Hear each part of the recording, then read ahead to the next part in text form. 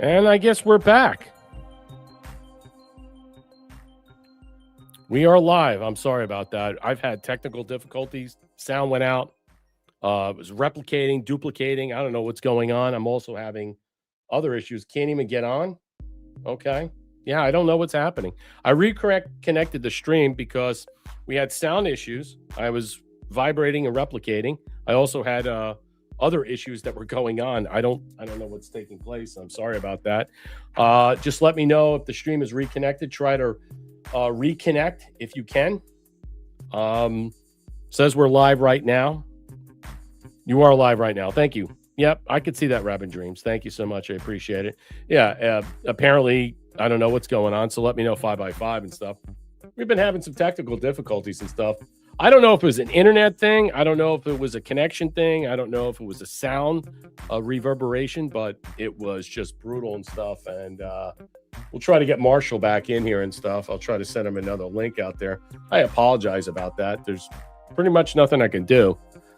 But if you can hear me out there, yo, what's up, True Terran? Let me know. Everybody 5x5. I got to send another link out to Marshall and see if we can reconnect. But again, I'm just doing the best to get this up and running. This is the problem with internet. This is the problem with sound. Typically, we don't have these problems. I never have these problems. And then tonight, I don't know. We'll see.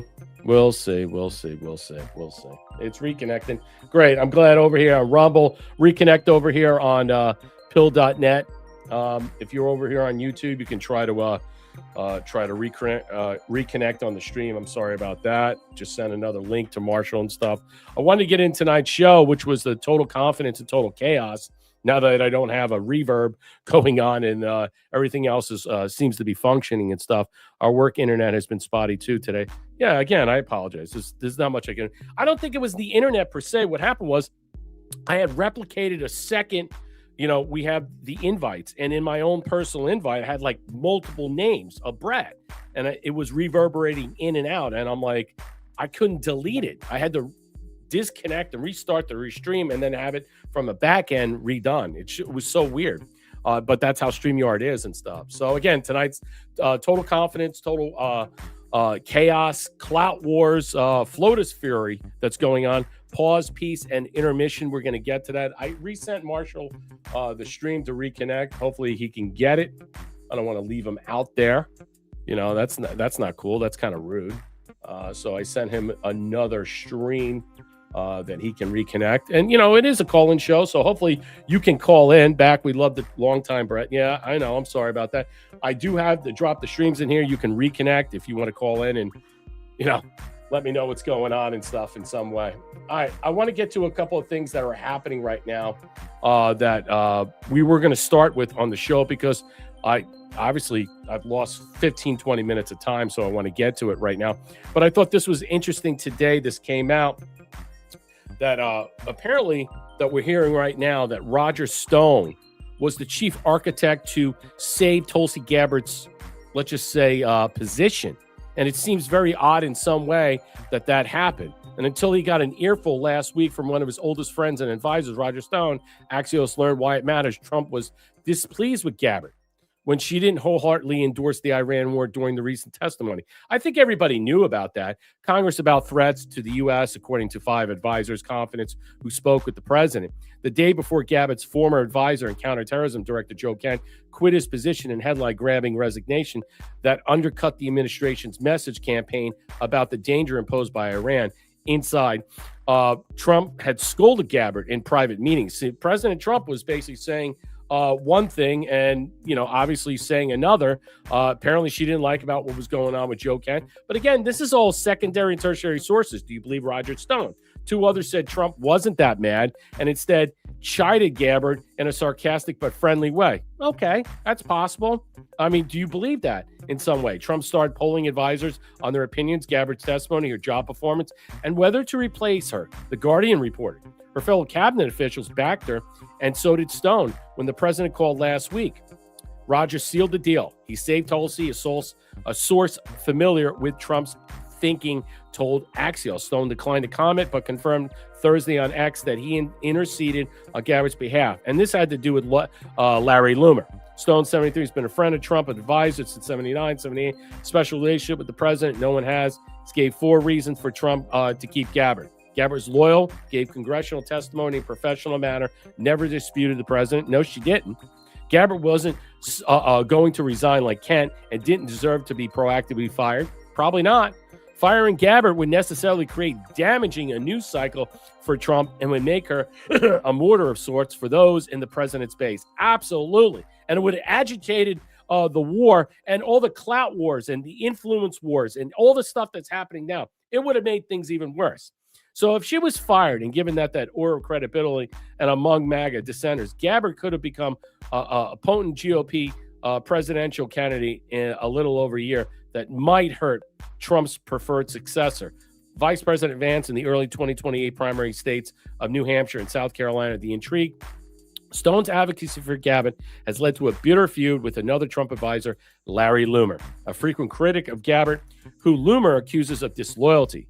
Tulsi is done, Loomer wrote on X, and the White House wants zero drama, so they gave her an option to resign, but she will do a lot of damage if she's given the choice to resign because she will launch her 2028 presidential campaign. According to what Roger Stone was suggesting in some way, it would probably be more likely that would happen if that was the case. And when you understand that in some way, if that was the case that we're talking about at the moment, all right, then there would have been bigger fish to fry. Is President Trump getting the best possible people to listen to? Is Larry Loomer a really good person to listen to at this moment in some way who pushed this narrative because she was anti-war or anti-Iran, even though she kept her mouth shut? It seems to me in a lot of ways that the problem that we're facing right now is a lot of different people of malcontents, a lot of people that are basically, let's put it this way, they're very proactive for Israel, and some want war, some don't want war, and it's hard to really decipher who's really getting the better understanding and reality of the situation. Is President Trump, can we say right now, really getting a full good vetting of information right now? Why did Roger Stone have to come in there, as the Axios article is pointing out, to in some way defend her, save her position, and also point out that it would be a political firestorm if you were to fire her? What's your thoughts, Marshall? I certainly hope that he's not taking advice from Loomer. I have a hard time believing that he is. It's probably somebody more in his... Your headset's off. It's not down. Yeah. I hope he's not getting advice from Loomer, and I hope it's really coming from within his, from his people. I don't trust this person at all. Mm-hmm. So I hope that's false. Yeah. So. Yeah. Well, welcome back in. We had some problems earlier. Internet went out, sound issues. So everything's back. I redid the stream. So I hope everybody's there. We had to do it on our back end to see it retooled. That's why I had to restart the restream on this. So let's continue on. This is part of the show. Total confidence or total chaos. Clout wars, floaters, fury, pause, peace, and intermission. There's a lot of stuff that's going on. Let's get right to the other discussions that are happening right now. So it may not be a ceasefire, as we're hearing, but a strategic pause. This comes from the American Spectator, and this came out yesterday, but I thought this was interesting, and I'll just leave it at the very bottom that puts this out there. This would be a good time for STRATCOM commanders who implement orders to fire nuclear missiles to read up on Nuremberg and prosecutions for obeying orders to commit war crimes. For cabinet members to reread the 25th Amendment, have this.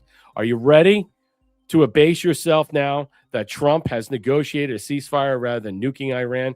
Trump was never going to nuke Iran. Any serious person who knew that. It is shameful that you participated in this ridiculous charade. And as this continues on, which is hilarious in some way, but the thing was, no sooner was a ceasefire announced that waves of rockets descended on Israel, and Israel was panicked into a living hell at Lebanon.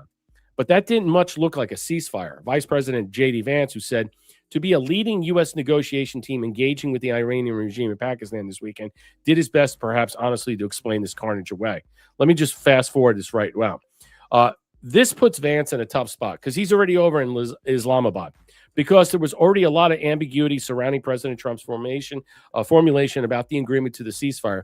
Trump said that the 10-point plan the Iranians had put forth as the basis for a ceasefire was workable. which doesn't mean we're agreeing it.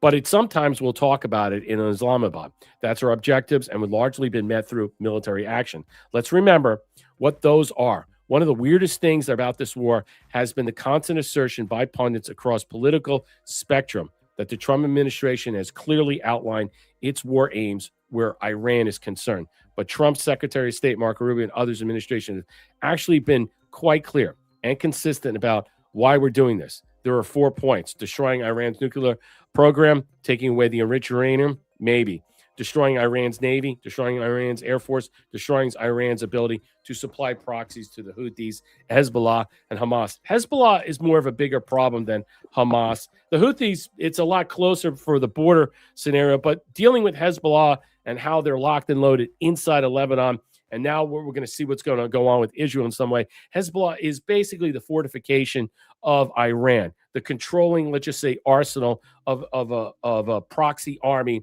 that could do damage outside their country. And so this is going to be a stalking horse in some way, a major point about how this is going to be negotiated out in some way. Will they be destroyed? Will Iran walk away from them and let Lebanon and Israel take their shots at them? I don't know. I don't know what's going to happen, but a lot of these different factors are going to be in play. Regime change isn't included, though it isn't unwelcome.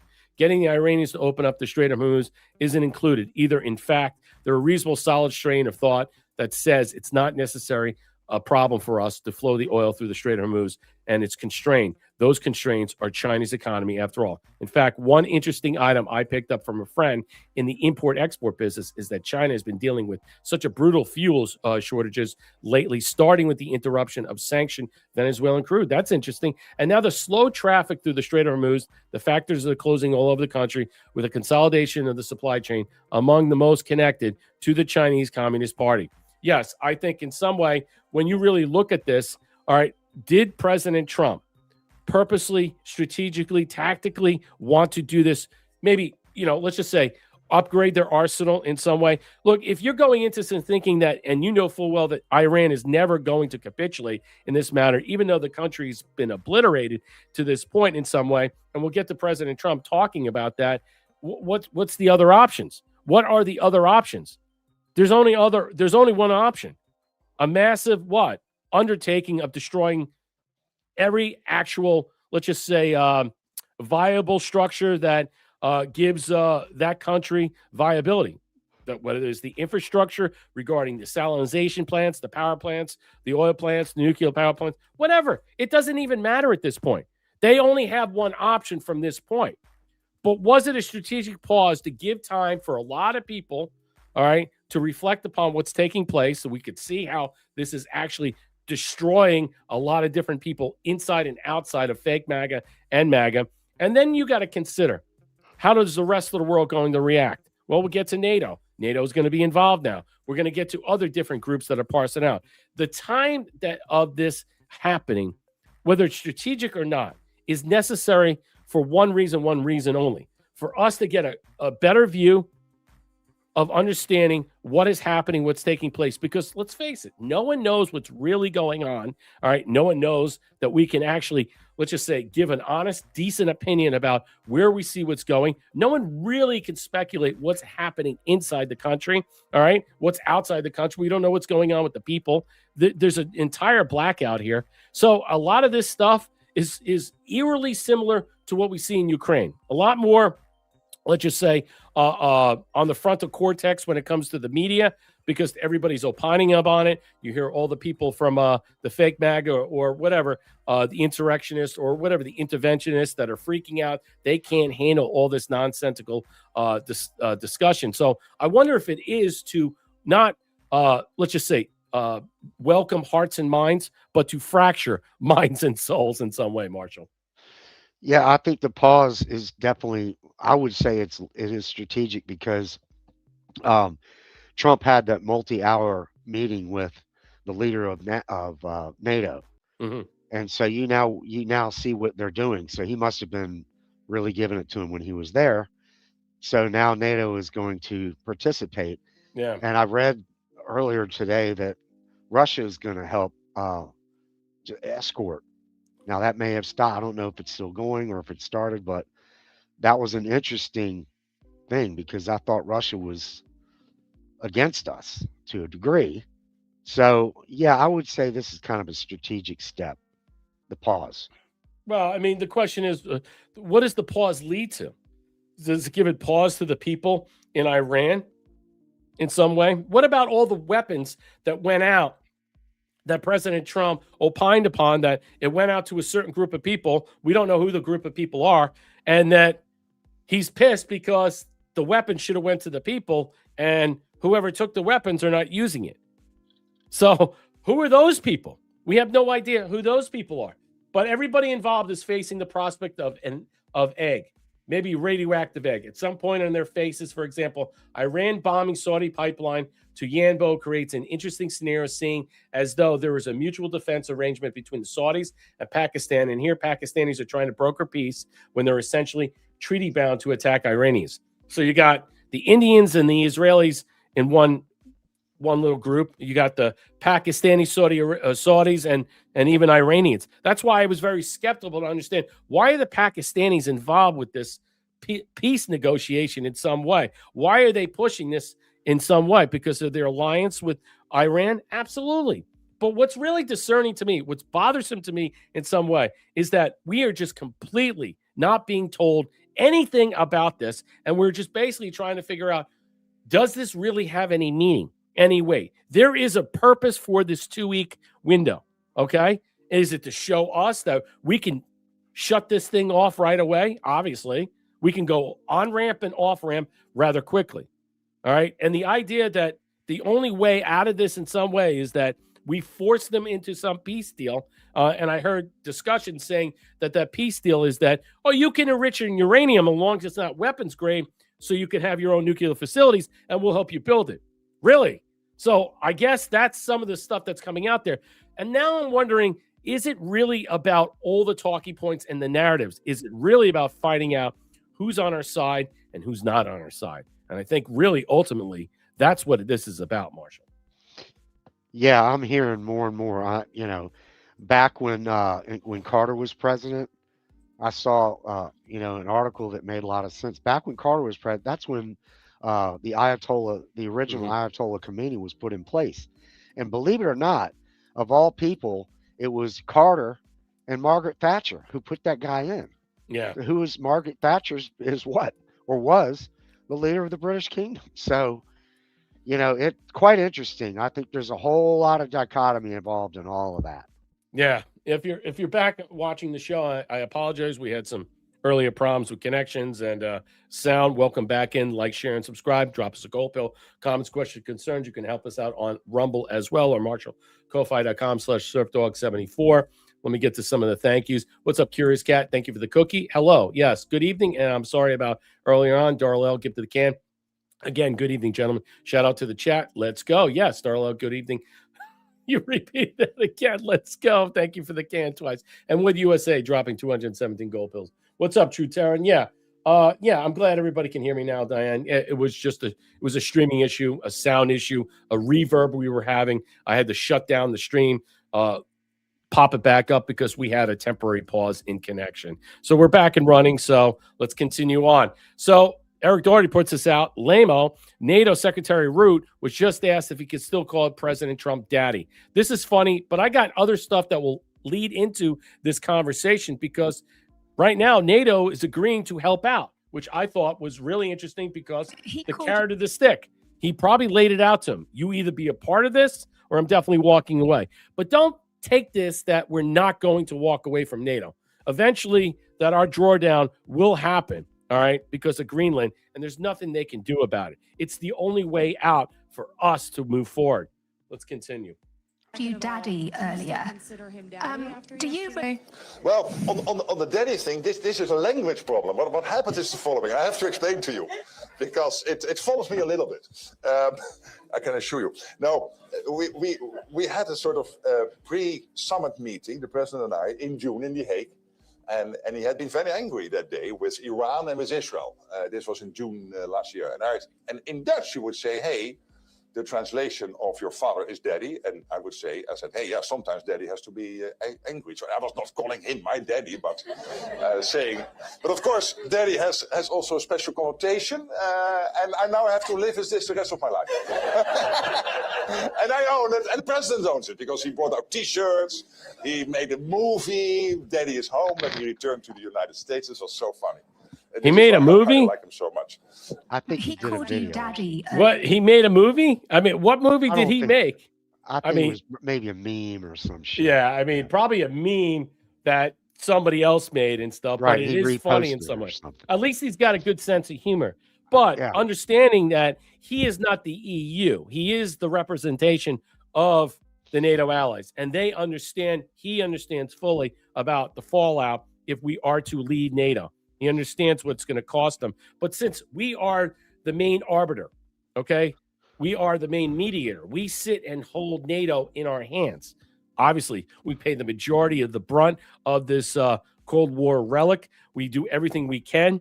And I think that President Trump still doesn't matter how this is. This is all about getting them to participate in some way, because they know very soon, in a couple of weeks, oil shortages will happen all through the continent of Europe, starting with Great Britain and Australia. And I think ultimately they will pay their own price, because as they have told their people from their leaders, that we have to do our best to make sure that the energy shortage that's going to be upon us, we have to do our best to conserve that energy, Marshall. Yeah, and I think this episode we went through over the last week or 10 days with NATO is that they delayed until Trump had to get him in the office and give him a talking to. Right. I think that episode right there put a big chink in their armor. And I think it will, like you said, I think it will lead to the demise of our existing in NATO. Right. I mean, don't believe anybody that you're hearing about when it comes to, well, he needs a Senate approval, he needs this, he needs that. President Trump on Article 2 and many other facets inside the actual Article 49 of this treaty ratification, there are many ways that he can walk away from it. He doesn't need the United States Senate. They're useless anyway.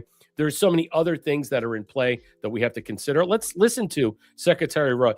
He basically was talking about this. Alert, in a stunning development, NATO has agreed to secure the Strait of Hormuz. NATO Secretary General Mark Rutte indicates that a coalition around 22 countries, mostly NATO, plus allies, is coordinating to ensure free navigation. Free navigation, okay? But what is really taking... See, again, we still have no idea about the Strait of Hormuz, okay? We don't understand about the blackmail. We don't understand logistically how everything is flowing, that only a certain amount of ships are going through, then it's shut down, then it opened back up.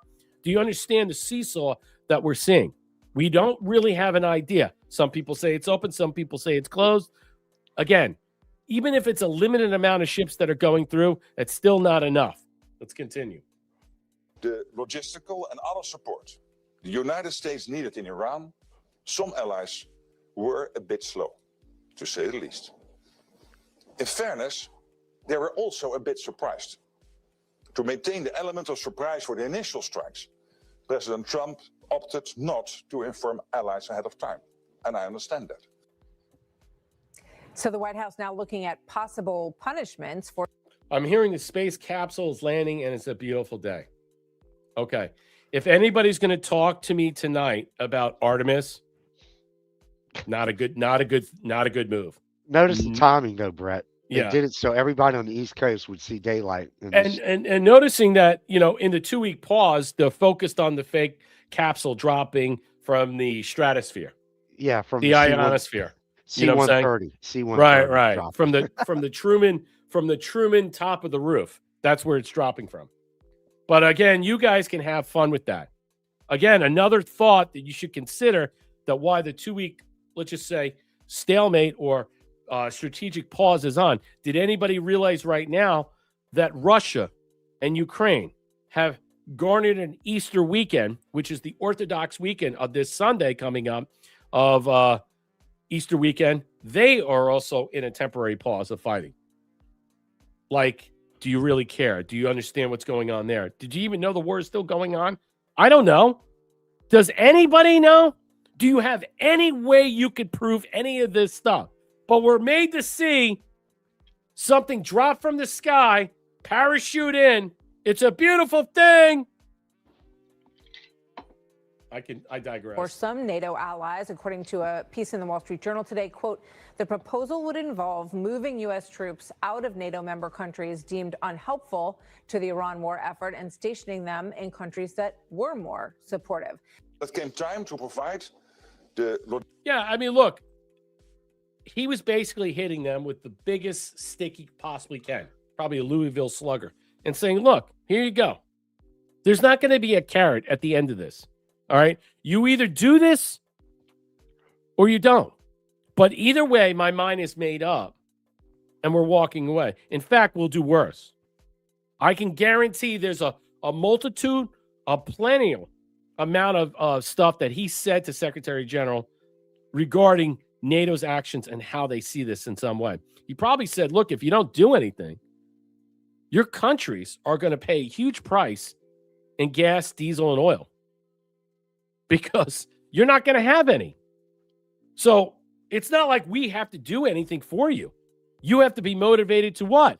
Make sure that you can help your own countries out and facilitate an operation to help secure the strait, so it will be a guarantee that the cargo ships that are going through actually go through to the areas that you need to get through the continent of Europe. What say you, Marshall? My God, I think it's basically ABCs here. I mean, this is not really anything hard to explain to people in some way, but I'm sure the Europeans think that, again, we're their errand boys to do everything for them. We are not their errand boys anymore. Europe is fading faster away than you could possibly imagine, and you could say bye-bye as the Queen Mary sails back into the sunset before sinking, all right, and hitting a what? A fake iceberg out of the Strait of Hormuz. They are so screwed, it's not even funny. And it's not our fault. It's not our fault. Yeah, they've been using us for way too long, and we really didn't even need them, as Trump said a while back. And I also do find the whole timing of this whole Artemis thing and all of this happening at the same time. You think there is a connection there? Do you think that the reason that the strategic pause was really for what? To have eyes on this, to think that so many people are going to be glued to this. I am not. I can care less. I think if it is, then it's meant to prove for people to see how ridiculous it is. Oh, wow. You know, not may or may not be. I just find it interesting that the timing of all this is interesting. Well, do you think in some way that people, I mean, if people are made to see that in some way, in what fashion will that be? I mean, to me, everything I saw, there was so many things showing how ridiculous. Right. I mean, you could see that over X. Everybody's pointing out all the intricacies, all the oddities. There's stars, and then there's stars, and the stars. Yeah, we'll get to that. Darla, thank you for the cookie. The EU is a third world country now. Good luck. Yep, good luck. Bye-bye. See ya. Good luck with all this. Thank you. Well, Hillary said she's going to break through the highest class ceiling with sending a rocket-powered dildo up. Funny. Go on. What's up, Trusty Turnip? Dewback, what's up? You said something good, still wondering how the golf cart was inside that crackhead fort of a capsule that landed. Just saying. No, absolutely. Nothing of the original moon landing was real. None of the secret space missions that happened that you could prove were real, because they made sure you didn't see it, especially Apollo, 17, 18, 19, and 20? Okay, all the Mercury stuff, garbage. Everything today, okay, that you're seeing, it's bullshit. There is nothing that you can, let's just say, put your hands on, put your nose against to, smell, lick, touch, and taste is really real anymore. It's getting worse and worse to actually try to figure out what we can decipher anymore. And I'm sick of people saying, well, you got to lay off NASA. You got to lay off. Why do I have to lay off NASA? Why? Someone said that to me. You're coming in too hot on that. I'm coming in too hot on that? You think I'm the only person? There are people putting memes and posts out there of showing you how fake and gay the whole operation is. NASA, it's a complete money laundering operation. An operation to what? convince you, to deceive you, to fool you that all these things are happening. And you just clap like seals. You continue on with your whatever, and you tell me I'm coming in too hot. You think I am? There are way hotter people with hotter stuff that are on X, that are on Rumble, that are on everywhere on YouTube, that are dropping science, real science, okay? That's insane. And it's not me. So let's continue. This goes out. Marshall dropped me this, and I saw this earlier too, so I have to consider this. This was a good one. So you can understand a little bit of the Iran war, what it means to the continent of Europe, how it affects our so-called NATO allies, how it affects our American hegemony going forward, how it affects everything else, and encapsulates a new paradigm that is undertaking while you quietly are watching the Artemis. This is exactly what I'm saying. British news host just explained Trump's strategy better than anyone in America, and he's terrified of what it means for Europe. GB News, Alex Armstrong laid it out, geopolitical map that American media refuses to draw. This war is about toppling Iran. It's about reshaping global order. President Trump put it out today. He's about resetting the global what? New order. Let's continue. That nobody wants to tell you. It isn't about toppling Iran's regime before you ask.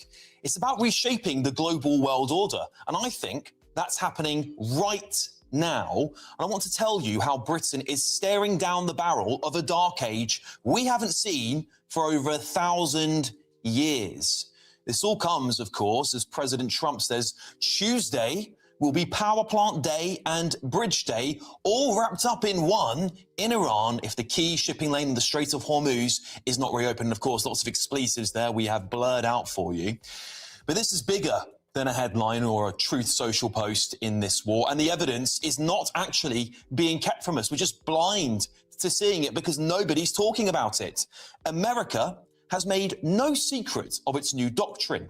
It is stepping back from being the world's police and repositioning itself as a powerful, self-reliant fortress.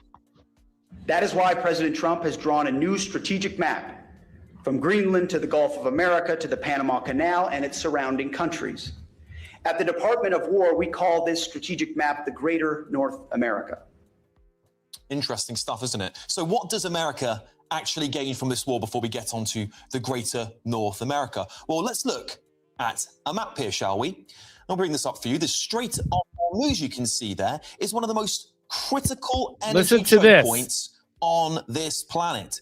It is also a whopping 45% of China's oil flowing through it. That is a lot of oil that China needs. But it isn't just Iran. Cast your minds back to January this year, where Trump effectively has now captured Venezuela and declared its oil is under their control. And if you have a look at this graph, who there in the red relies heavily on that oil? Well, it looks like China to me. Now consider the impeccable timing of all of this since January. America is right in the middle of a tariff and trade negotiation with the very stubborn and very powerful, might I add, Chinese government, who are not budging on Donald Trump's arrangements here. Well, look who's got the upper hand all of a sudden. It's America. They are now controlling the vast swathes of oil that China needs. That puts them in a very strong position going forward on these tariff agreements. And Europe is also getting hit hard a lot with this. With Russian energy totally off the table and domestic energy security weakened by this leftist obsession with net zero, Europe is becoming increasingly dependent on external oil supply and energy supply. And that puts America, again, in a very strong position because we will soon be wholly dependent on American supplies of oil and gas. They will dictate terms and use energy as leverage, not just economically, but geopolitically too. And what do we know that they really want? Greenland. They want Greenland. They've made that very clear and they didn't get it yet. So the longer this war drags on, the more dependent the world is becoming on the USA. And it's not accidental. What we're seeing is the emergence of what you heard from Pete Hegseth there, the Secretary of State for War, and described by Donald. American hegemony, ladies and gentlemen. And once we take Greenland, NATO's done, or NATO's already done. Canada will basically be incorporated into us because we supply their livelihood, and without any protection outside of NATO, they're done. I mean, us fortifying them and giving them $350 million a year to keep them afloat while they import Chinese, Muslims. They basically persecute and execute over 100,000 Canadian citizens for mental disease and all these other mental tropes that they have going on. Hell, maybe we should ship the killer of Irina Zaritska, all right? You know, that fucking monkey that murdered her, all right, who was arrested 14 times? He can't stand trial because he's mentally defrocked. Well, you know what? If you're mentally defrocked, maybe you should be executed because you know what? There's no path for you in the future. Send him to fucking Canada and let them do away with him. Obviously, Canada has a great thing going on there. They like to execute all the mental disease people. Maybe we can move all the LGBTQ people over there, which they now highlighted into 45 or 49 letters to expand on that stuff. Maybe they should start putting those people in those shock treatments. Okay? Disgraceful. But understanding where we're going, this is it. This is our new sovereignty, and it's going to happen one way or another. You got to get on board, and it's going to take time to happen. Trump as the greater North America. It is stretching from Greenland down through the Panama Canal, securing the entire hemisphere as the self-sufficient economic and security zone for the United States of America. But guess who's not on there? Europe. We are not part of America's future plans as it withdraws from the world. And it isn't just a coincidence that the United Kingdom has been targeted the most by Trump and America of late. The UK is internationally renowned for its special relationship with America. Trump is signaling that that relationship is over, not just to us, but to everyone else around us. And frankly, Keir Starmer gave him ample reason to do so, of course. But also because Trump can now point to our allies and say, you all let us down.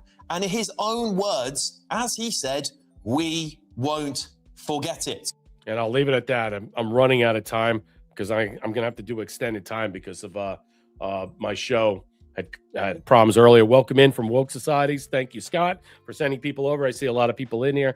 We had some issues, at least 20 minutes. Had to restart the stream and go through all the internet and all the sound problems we were having. Marshall, excellent overview. I think people get it.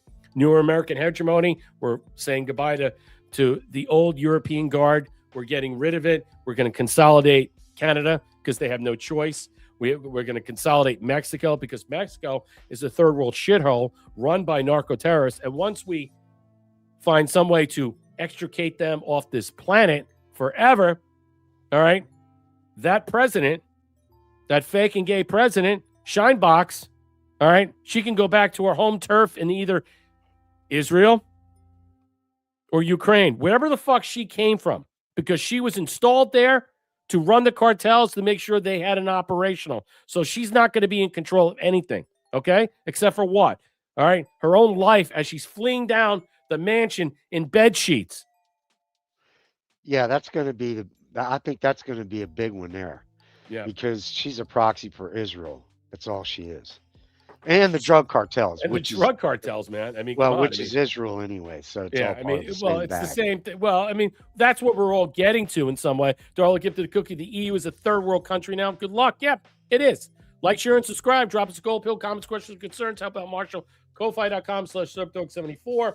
Diana, I'm so over and want a break from solving the world's problems, some of which we've had a hand in. Yeah, but that's the whole point of this exercise is that we're leaving this syndicate. We're breaking away from this guard that has incorporated us. That is NATO, all right? That is EU in some way. They have nestled us in there, all right? As their what? As their mechanism, as their tool, as their kinetic robotic machine to pump out money and to what? just basically wreak havoc all over the world. It's not happening anymore. And Iran is part of the facilitation. The deep dark that runs deep inside of that also controls Israel, which we've covered many times, goes way beyond anything we understand. And if you can end the deal with Lebanon, with the Hezbollah in some way that they can find some unity where Iran walks away from them, they're done. They're finished. Because I believe one time they called what? Beirut some type of paradise in the 1950s during the administration of Eisenhower, that there was a period of time that Beirut was a paradise. And now it's what? It's a shithole. But that's the problem. They let all these different groups go in there. It was all funded after the Shah fell. And what happened? All the proxy groups came out and they started what? Taking over all these different areas. Once you leverage them out and you cut off the actual tentacles inside that country, you decapitate them, then they got nothing left. They have nothing left. Now, the question is, we have to see what this whole discussion is in Islamabad that's going to take place, which I find curious. I find comical. I think it's very sardonic in some way. You got to consider Pakistan and Iran are connected. You got to consider China is involved in some way, helping facilitate this deal in some ways. A lot of these things, really, if you look at it right now, if you can end Iran's control, I mean, we have no idea about the Strait of Hormuz. It's up, it's down, it's left, the right. People are going, ships are going, ships are not going. 15 are in, 15 are out. You don't know. You don't know. You know as much as anybody else knows. And anybody that pretends that they know more than you, they're lying as well. So just keep that in mind, Marshall. Yeah, I mean, it's all like, it's all back and forth, up and down. And we do not know. I find it interesting that Russia and China haven't been aggressive in any of this. Right. I mean, they've just been like, hey, it's cool. We're all, what does that tell you? I mean, it is odd in some way that Russia's not involved. China's helping out with the peace deal in some way, but I still think that itself. I still think they'll eventually have Taiwan. I think also when you really look at about deals have been done behind the scenes. Yes. Russia will take Ukraine. China will take Taiwan. And the United States will control Canada and Mexico. No longer Canada and Mexico, and become a North American continent, a North American region. And that's what it's going to be. You think Israel expanded or greater? No, Israel is going to lose their borders. I think Israel will be in some way less than what it is. And probably their people will probably just scatter like gypsies all over because they'll lose their borders. When the peace board comes into play and more the territories come into some type of agreement, there's not going to be what? You're not going to have an enemy except for the cancer that still resides there. You're going to have to open up all these different regions in some way, and they're all going to agree to it. And so the only way that's going to happen is that they'll have to give up their borders. That's the only way. And I think that's part of the deal. The question is they want to feel like, well, if we got to give up our borders, we're going to make sure we're not going to be attacked by Hezbollah or anybody else. Fair enough. But the bottom line is simply that's not going to be your call. It's not going to be your call. And I think overarching is that what I just said is going to be a true testament of their future. So this came out. Any input is greatly appreciated. President Trump boards Air Force One and leaves an open umbrella out while a staffer walks around it. Kind of odd in some way. This is characteristic of President Trump. So what say you? Right? He would normally pull the umbrella down and bring it in with him. He would never do this.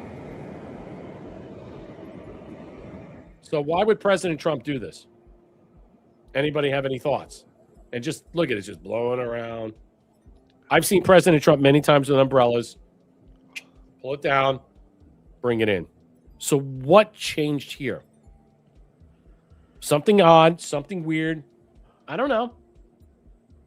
Then you see multiple people walk by, and then a Secret Service agent comes up, pulls it down, brings it in. Is it a comm? Is it a communication? Yes. Some people say it is. Hold on. Hold on. That's not what I'm, it's not for you. It's for the audience. Okay? All right? It's like you're on a game show, and you're giving the answers out. Shut the fuck. No, I'm just joking. Look, seriously. No, you're not.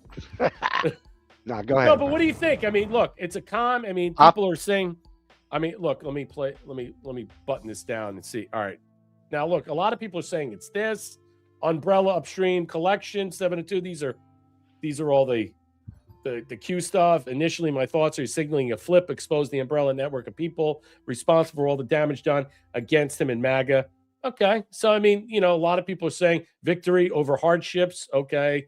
A lot of the symbolism there. This is an old video from 2008. Here's the link. Okay. Well, actually, that's not an old link. I don't know why people are showing that, because I actually did see that live. So either I'm living in a matrix, or that link was from 2018 and they're replaying it on the fake news media when he's boarding the plane. I'm leaving it up to you, Marshall. You figure that out. Trump would not, like you just said. Trump would never do that. He is not that kind of person. That's like Trump throwing litter on the ground. I mean, yeah, Trump exactly. He does not do that. He's a very meticulous, everything. Right. Chew your food with small bites, he told Barron growing up. Right. Always small bites. Never that. Don't fill your mouth up like people we know do. I found it very interesting that he did that. That's just. We got a winner, Trusty Turnip. Umbrella of NATO. Country's falling. Ding, ding, ding. Give that lady a cigar. Here you go, sweet. Here you go. Here's a cigar for you. No, I'm just kidding. No, that's good. Darlell gifted the That's cookie. good. Trump is always sending comms. We're no longer under an umbrella of the deep state. Another good one. Ding, ding, ding, ding. Give another one. It has multifaceted meanings. I don't think anybody can say qualitatively what each meaning represents or what is it for. I don't know. I really have no idea. But there is no way this guy who's so buttoned up, okay, just leaves an umbrella out there, as Marshall said, leaves a shoe untied, leaves a belt buckle unbuckled, leaves a button unbuttoned, leaves a tie out of sorts. Do you understand what I'm saying? And it's blowing around. Right. And it's moving around. It's a very odd thing to see, and definitely is representational of something that is odd. Here we go. Fox News exposed the fracture inside Trump's Iran negotiating team. Again, we had a show on Wednesday where I talked about if there is a stalemate here, what fills the vacuum? The void, the propaganda. Let's continue on. Is that also, Marshall, the 2-week window pause strategically to find out how much agitprop, propaganda, deception, perception management, deception management has creeped into the narrative and that is going to take hold? Are we starting to what? Go through the facilitation of pointing out and categorizing and picking out all the people and all the media organizations that are just filling in the blanks with all this other unsound, inconsequential, let's just say, hearsay? I mean, that's what it seems like. Let me continue. Says that the president gave them clear guidelines. We understand that to mean that the U.S. needs to go in there and tell Iran no enrichment, period. That is what we have heard from White House officials. Remember, about 6 weeks ago, Steve Witkoff and Jared Kushner were sitting there with the Iranians and said, the U.S. will give you all the uranium you want for peaceful purposes. You just can't use it to enrich a bomb. And Iran said no. Now they are, of course, adding J.D. Vance to the equation. And so we'll see how things go. We don't even really know what the format is yet. They had indirect talks last time. These will be TBD. So if you don't know what the format is, and they have indirect talks, Marshall, but yet you're basically presupposing something that may or may not be true, and you're putting it out there as media talking points to upshield the narrative, so to speak.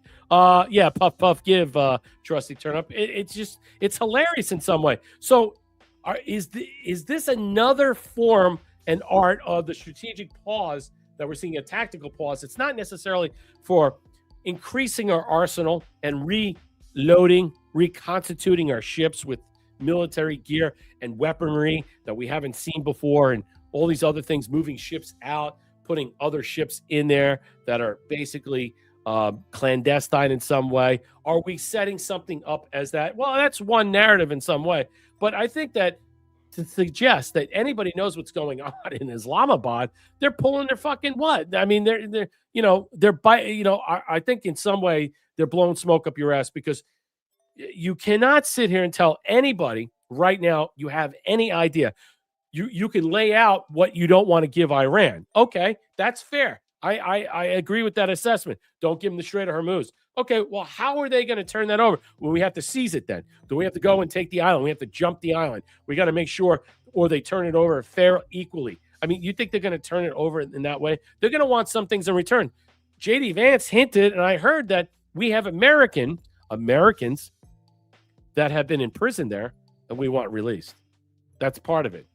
And how much of that sacrifice of those hostages will play a part in any type of, let's just say, discussion going forward. So keep that in mind before we start to jump the shark, so to speak, and make certain discussions and, theatrical, crazy talk about how we see this is going to play out.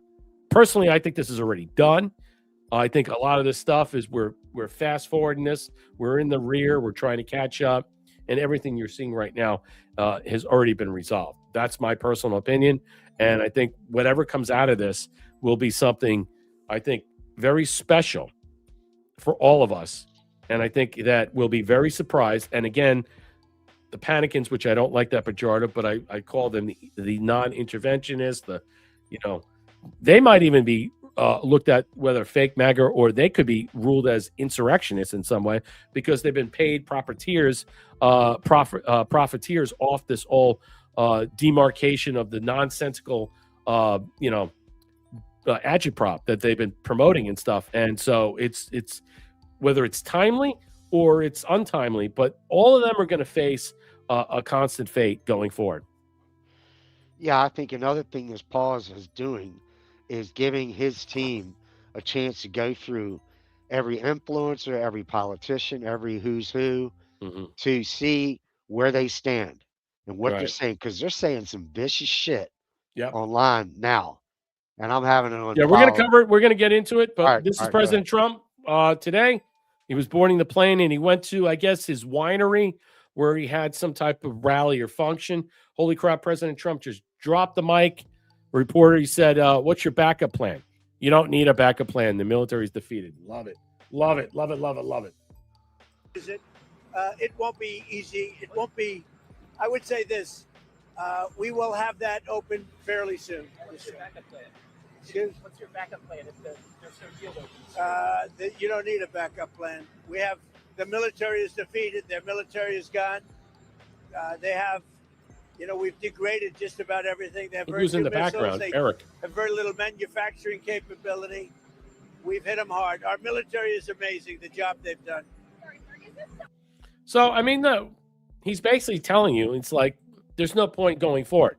They either capitulate, surrender, give up what they have to, or we basically just continue on with the narrative of bombing the shit out of them. I mean, again, this is all going back to the idea President Trump's going to kill 90 million Iranians, which is bullshit. Most of these people have fled to Iran, by the way. A lot of these people have left, and that's also part of the pause.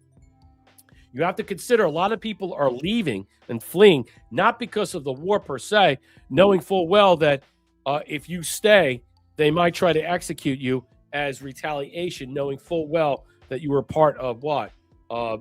Pushing back against the regime.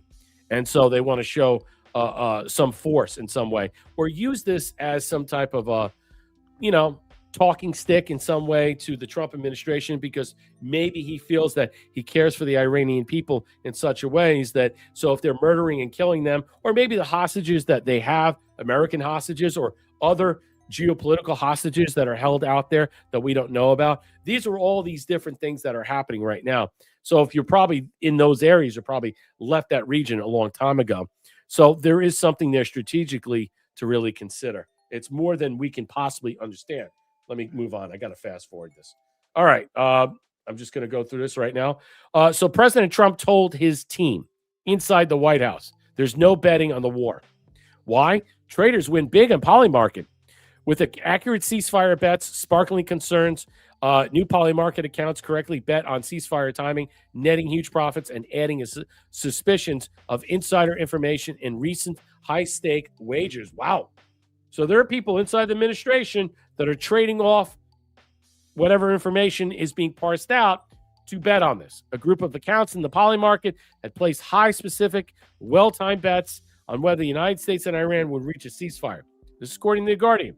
The bets were made, and despite sharply escalating rhetoric from the president, Donald Trump, in the hours before the 2-week ceasefire was announced Tuesday with few signals, suggesting an agreement was imminent.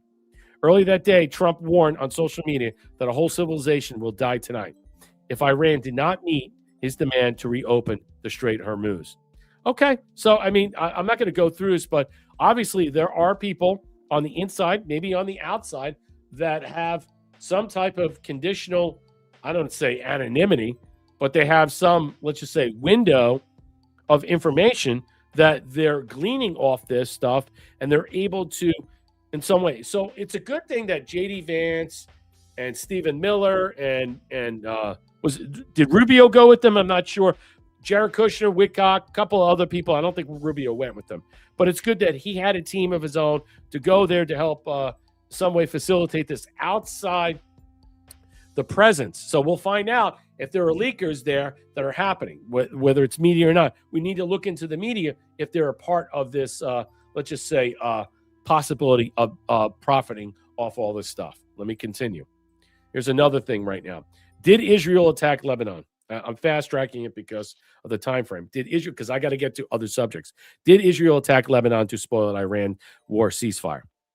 It's something to consider, and I'll leave it at that. I'm not going to go on. It's a long-winded article. It's kind of bloviated in some way, but it is something that you can consider. I mean, I don't trust Israel, with 2 kids in the house, 2 young infants in there. I'm just saying right now, I don't trust them with a check in the mail. So what was the point of Israel's surprise mass strikes on Lebanon that killed more than 300 people and now drew widespread international condemnation? Prime Minister Benjamin Netanyahu and other officials have claimed the largest strike against Hezbollah during the month-long war against Iran was carefully aimed at members of the armed group, but the attacks appeared to be as much of a piece of violent spectacle to benefit Netanyahu as a military useful. Others have speculated the attack without warning and initially hitting more than 100 targets in 10 minutes, including in densely populated residential areas in central Beirut, was aimed at undermining the U.S.-Iran ceasefire that many see was imposed on unhappy Netanyahu. The bottom line is simply the conversations about how the ceasefire was, let's just say, played out or discussed in some way. We saw J.D. Vance when he came back from, I think he was in Hungary. He had said that, look, whether or not the Iranians realize this or not, or maybe Bibi realize it or not, that this whole thing of the ceasefire, or whatever this was, this pause, strategic pause, tactical pause, temporary pause, whatever, under pause, who cares? The point was that simply it didn't include them. So everything was off the table. However, how much did this accelerate such a narrative that the version being briefed in the Israeli media is that Hezbollah had sought to move command posts to civilian areas outside historical centers, such as the sprawling Dahi suburb, to better conceal and protect them, a claim Israel had previously made about Hamas and Gaza. But the huge scale of attack, combined with the lack of warning and details of some of those killed, including Hezbollah Secretary General Naim Qassem's nephew and personal advisor Ali Yusuf Hashi, could point to something more ambitious, a failed attempt to kill Qassem himself, his predecessor. Okay. I'm not really sure. It says what is clear, the half-baked ceasefire negotiations conducted by Trump and his coterie of amateur diplomats. The question of Israelis' war in Lebanon against proxy Tehran has deliberately or not been left ticking time bomb. Now, The Guardian is no fan of Israel, okay? And so I'm not going to defend them, but what I will say is in some way, they're giving quarter. They're giving an opportunity to allow this type of narrative to be thrown out there so Hezbollah can retreat and move into its own positions, call them out to somehow intervene and undercut the negotiations in some way, and then force Trump and the administration to pause them to do this while we continue. When in fact, that was quite the opposite as what we see, Marshall. Yeah, and that's what we keep hearing that. we again, like we've talked about, we don't know what's really happening and what's not. But if it is true that Israel made that or not even preemptive, just made an attack on Lebanon, I mean, that ain't looking good for them, in my opinion. And there's a lot of Christians that live in Lebanon, right, as well as Iran, actually. Exactly. That's my point. I mean, that's another thing that most people don't recognize in some way. A lot of people were killed this past week in Lebanon, and under the growing uncertainty of how this peace process is, no one is basically trying to want to counter the narrative to suggest in some way we need to scale this back. There are Christians there in some way. Well, and it's the same argument what Hamas does, hides with innocents in areas where they bomb in hospitals and schools. Same thing with Hezbollah in Lebanon. They hide in churches or hide in areas incongruent with where the attacks will be automatically done, and then Israel will hit them and then blame them on killing Christians. But, Israel has no contempt for that, so it really doesn't matter. So it falls on deaf ears. So when they suggest that in some way, all we're doing is what? Placating to a narrative that no one is hearing. And unfortunately, that is the problem. So Hezbollah would be best to move back, retreat, all right, and reconstitute or fortify outside these areas. And I'm not giving them quarter, but stay away from the Christian areas, because you know what?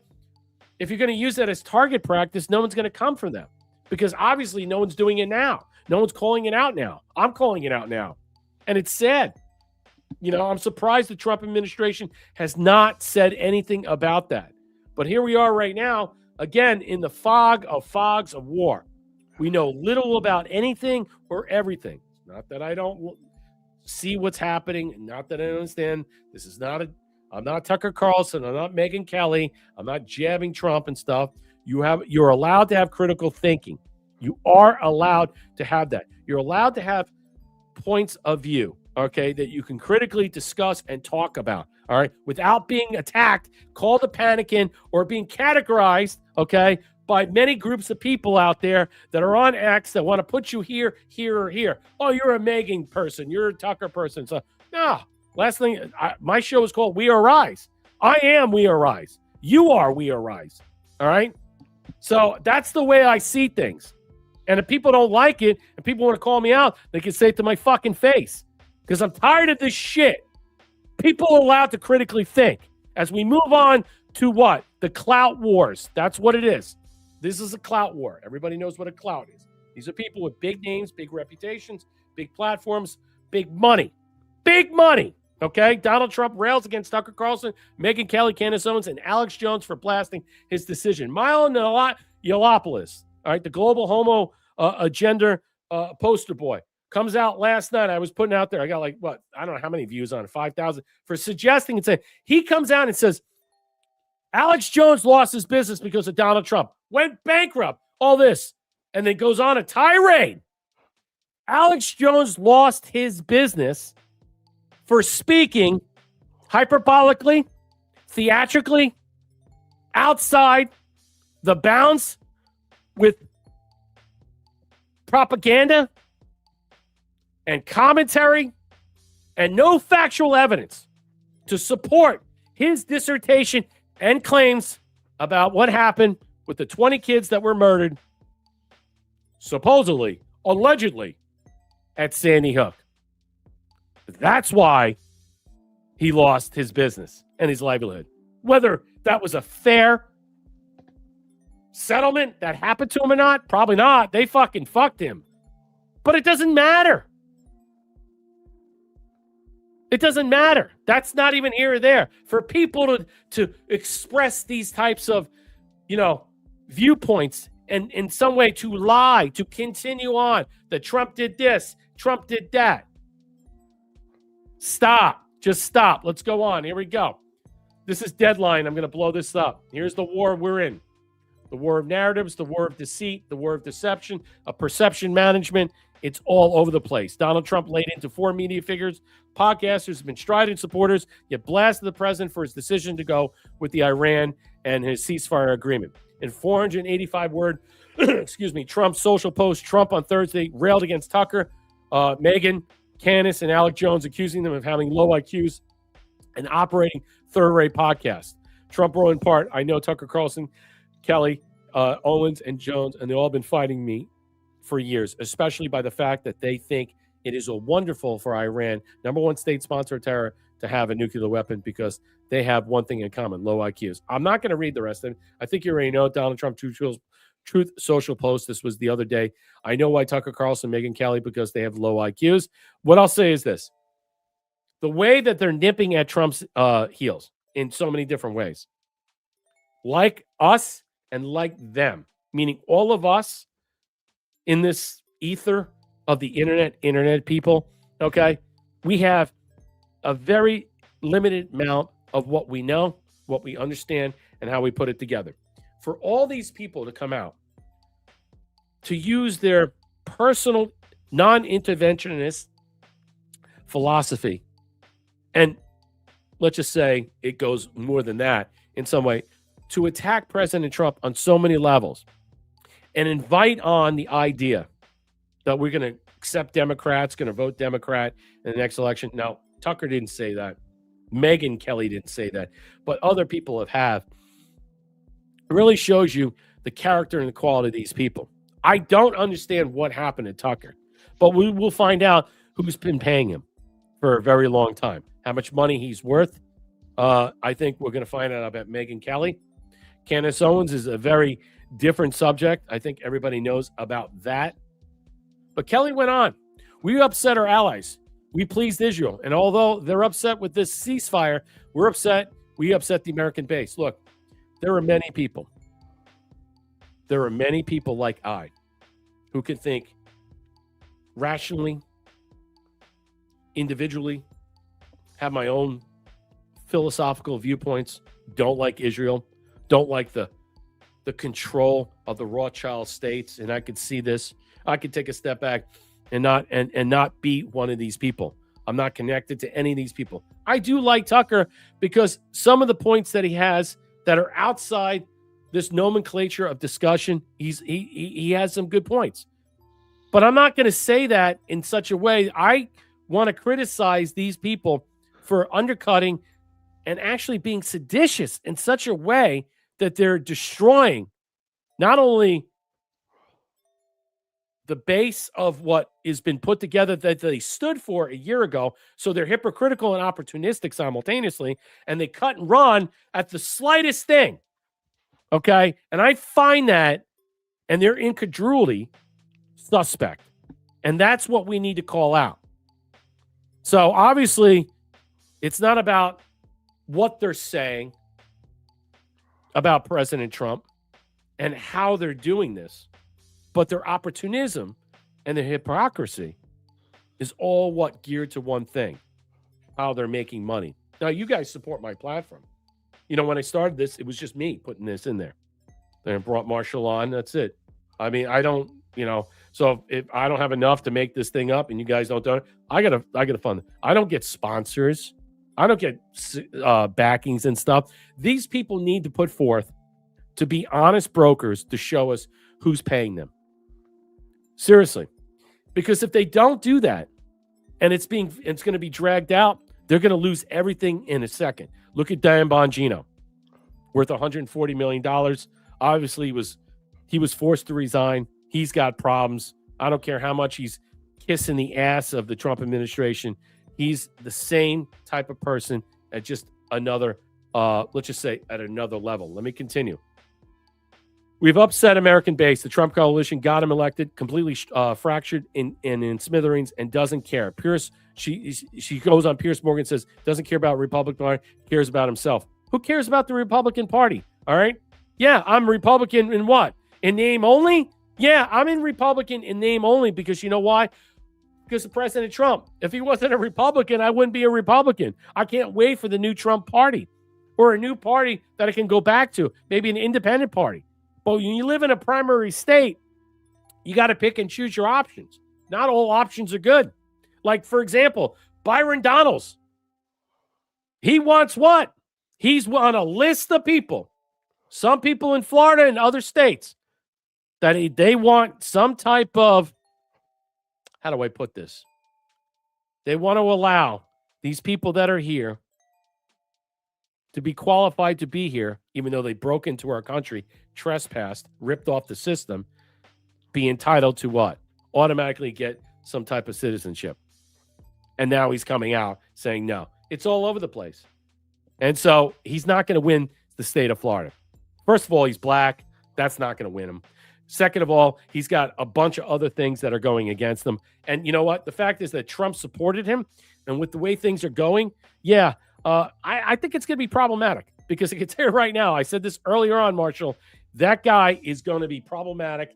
And he's going to be a hot potato for the state. He's going to have a hard time walking this back and having amnesty for illegal aliens when there are people being murdered every day, like the Haitian woman, the Haitian that murdered a woman in Fort Myers with a fucking hammer. But you want amnesty for these people. That guy should be sent home in pieces to Haiti so the cannibals can eat the rest of his ends. Disgusting.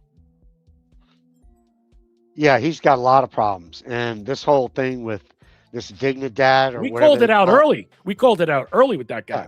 Yeah. And this Dignidad bill or act, I think that's what they call it. You know, it's an amnesty thing. And I don't, there's 19 Republicans. There's no way it's going to pass. No way it's going to pass. No, but there's actually 19 Republicans in Congress that want this shit. Well, that's and the I'm thing. like, where have you people been? Are you watching what is happening? Every single one of those people should be primary. Yeah. I mean, you got a couple of these Cubans in South Florida and stuff. Send them back to Cuba then. Hey, if you want amnesty, you can go back to Cuba and reign supreme over there. We don't want you here. I don't think people get it. Ohio Kimmy, what's up? I know you're from Woke Societies. Everybody, thank you for all coming in from Woke Societies. I had problems early on. The internet dropped out. Sound issue, reverb. It's all fixed. It was all about StreamYard, but we got it corrected. So I apologize about that. I like Byron. I watched the way before he was with Trump. Okay. Yeah, but the way he was before is not the way he is now. I don't know who this guy is. Obviously, they got the hooks into him. And if you look into some of his past commentary, which we've done on the show, as Marshall and I are Florida citizens, I can tell you right now, there's no way he's getting my vote. There is no fucking way. No, it's just not possible. It's not possible in any projection. What's up, Senior Polo? Who else is here? I got to say hi to everybody. Byron surprised me. Dang, Brian. Thea, JFK Jr. taking over after Trump. Okay. Subpack Vet, what's up? Criticize everything and everyone. Life requires it, bud. Good on you. Exactly. Critical thinking is the most important thinking. And you know what? It comes from your what? Your own suppositions, your own brainstorming, your own points of view. You don't pull it from left, right, the other thing. All right. And you know what? You don't get forced into a gauntlet to speak on behalf of A, B, or C. Okay. Yeah, I may like Tucker in some avenues and stuff, but I find his commentary right now very seditious and very suspect and very problematic going forward, because President Trump didn't just chide him. He basically put them on notice. You're about to see something that's going to be, and I think they're scared, it's going to be uncovered. Darlo, get to the can. Tucker, Alex, MTG, Candace, Kelly are all pissed because they're not relevant enough for President Trump to answer the phone calls. Exactly. They're jealous. It was like, remember with Mika and her husband, Joe, when President Trump won, and President Trump talked about them going to the actual Mar-a-Lago after his victory, and he was saying her face was melting after she had some facial surgery or something like that. She was all wearing bandages, and Joe was drunk, and we didn't let him in, and they hated me ever since. And dude, I'm serious. President Trump, go back and watch it. He did say that on his first term. It's very funny. Thank you, Thea, for the 900 gold pills. Sorry to be late. Yeah, no, not at all. Darla, gift to the can. Stephen Miller has Trump's vibe. Maybe he should run for president. Big balls, no calls. I think he might be a vice president, either an attorney general or vice president candidate. And consider that playing forward. All right, let's hear this. This is what CNN did. Overnight, President Trump going hard on some of his really political allies, Tucker Carlson, Megyn Kelly, others. This is what he wrote about Carlson. Again, they have been critical of the war in Iran. He wrote, Carlson, who couldn't even finish college, he was a broken man when he got fired from Fox, and he's never been the same. Perhaps he should see a good psychiatrist. That's some of them. I see it. Points of view change as we learn more truth. Yes. Tracy C4, he wasn't forced to resign. The propaganda is everywhere. I'm on all sides. Who wasn't forced to resign? Tracy C4. Let me know. Okay. I don't know why Trump endorsed Lindsey Graham today, James. He needs to go. Lindsey Graham is endorsed for one reason only. Whether he wins or not. And that's the thing. And I know people that live in South Carolina, it's going to be a very hard uphill battle because a lot of people are going on. The more President Trump touches people that are too hot to handle, too cold to hold, there's a good chance they're going to lose now. So consider that. And maybe he is under some controlled edict that how he vacillates. He starts, if he doesn't have a dick in his mouth with cum dripping out, all right, he's at Disney World playing with like balloons and air bubbles. Or he's on CNN or Fox News saying, we need to nuke him. That's who Lindsey Graham is. He's a guy that you wind up and he's a doll. And he just moves, he's a toy soldier. That's all he is. He's a wooden toy soldier. So wherever Trump needs him to go, he just winds him up and he goes. Let's continue. The nicer stuff he wrote. CNN chief data analyst Harry Enton is here right now. So the president attacking Tucker Carlson going after the president on Iran and other things. When voters were predisposed to like both of them, look at this.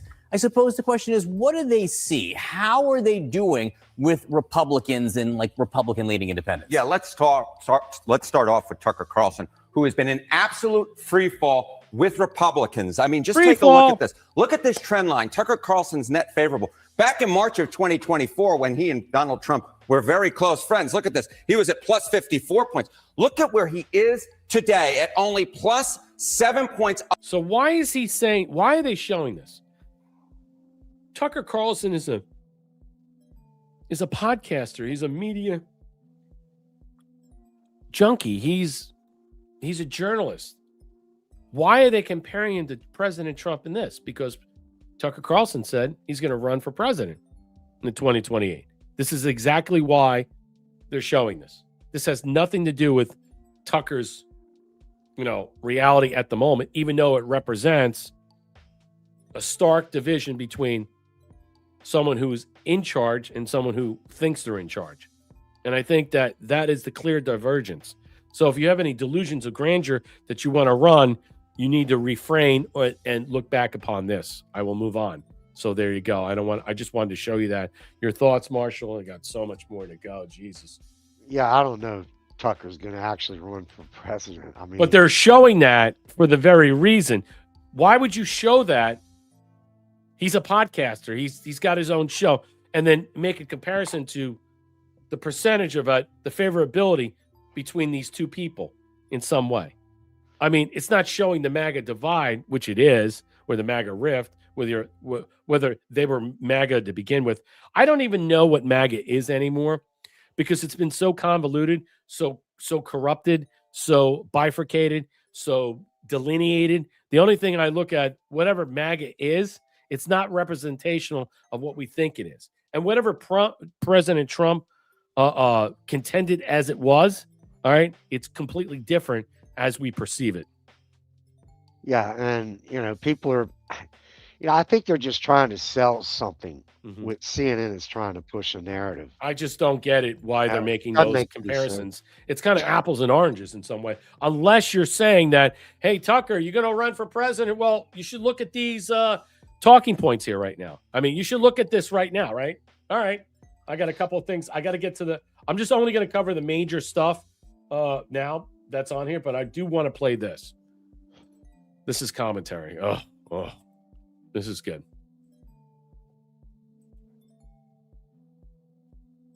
Who was sort of barely moving. And then you get Trump, who's the exact opposite. Two older people. One was very stiff and one was out. One's not out there enough, I thought. He wasn't giving enough to the press and enough conferences. And then there's Trump, who's out too much almost. He's on the plane talking. He's in the helicopter. He's yelling his lines. He loves it. I mean, it's not a chore for him. I think he gets in that podium and he takes question. The energy that he puts out still is kind of unexplainable, the amount of it. I don't know. He likes it. He's having fun. Yeah. That's so much of life is, are you having fun? And I think he's having fun. Yeah. And so then you don't drain energy. You're just sort of, I also don't think he's kept up at night by decisions. I think he goes, we're doing this and then we're going to do that. Right. I don't think he's agonizing over the decisions. I think he goes, we're doing this. This seems like a good idea. And then if it's not, we'll do something else. Right. Total. Everyone else gets worried, but he's like, no, here's the plan. He loves his ballroom. I think at a certain age, you got to have a thing you love. He loves his ballroom. Yeah. They're building a nice ballroom. The military is building an underground bunker under it, which is nice for when there are. And this is per Trump when there were drone attacks at the ballroom, which he imagines there'll be. And his guests during events go into the bunker. Of course, during an event, they'll say, ladies and gentlemen, please proceed. We have ushers that will usher you into the safe zone. And they'll take all these Palm Beach people down to the bunker while the White House is being droned by some foreign power.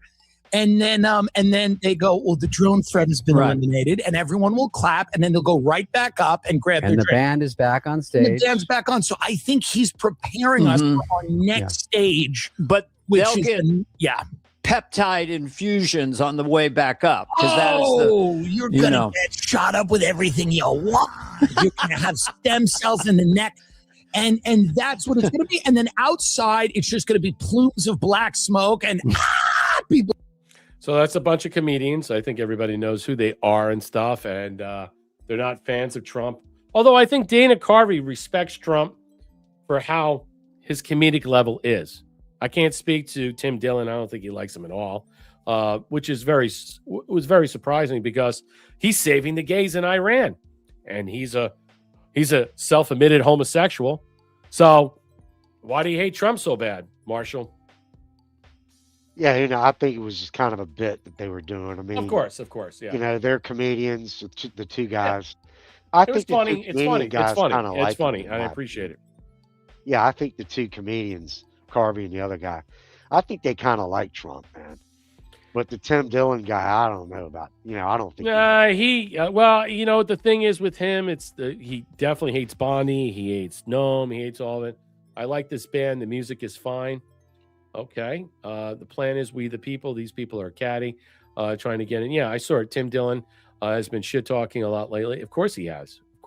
He's been definitely MAGA is fine. Should be glad that these people are pushed out in the front row. Absolutely. Absolutely. People are being called out for what it is. And the rest of us that are being dragged in, sucked into having any type of qualitative conversations are basically being chopped off at the feet because you can't talk about anything anymore. You can't. And that's the problem. Bring America back, baby. He's an actor. Yeah, I know what Graham is. Everybody knows what Graham is. Would USA, thank you for the 717 gold pills. Need more gold pill love. Support the boys stream. Appreciate it. I see you, Thea. Thank you for the can. A bunch of Darlo, thank you for the can. A bunch of panicins. Yeah, look, I understand. I don't like the term panicins. I think it is a pejorative because there are people out there who aren't aforementioned people that we're talking about that have legitimate concerns that what they're seeing and they don't know how to address it. And, our job is in some way to help ease their pain. All right. But see, the aforementioned people like Tucker and Candace and all these people, all they do is agitprop these people to death and convince them that Trump has gone astray and is destroying the country. That's the problem. Their blackpilling methods have gotten so over the top and it's so grandiose. It's out of control. That's why Trump called them out and say, knock it off, or else. And I believe or else is going to basically show that to your followers, to your base, we're going to show you where they're getting paid from. And once that happens, they're going to go bye-bye. They're going to be what? They're going to be fucked. Darlo, gift of the can. Do these dumbass people realize President Trump won't be president forever? Other presidents will benefit from everything he's doing. That's absolutely true. In fact, I say it all the time, Darlo, and good point to highlight that he's plowing the field. Whoever it's going to be in 28, Marco Rubio, JD, I don't know if it's going to be either one of them. Anybody else that's going to be in position that's going to run is going to have something in place that they're not going to have to deal with at the moment. And they'll have to look forward to what? Continuing on with the operation to fix the matters at play and the business at hand of making this country great. Because it's just not another 4 years. It's just not another 4 years. It's a continuation of something bigger, bolder, and better. And you have to consider that's what the BBB was. Bigger, bolder, and better is making this country that.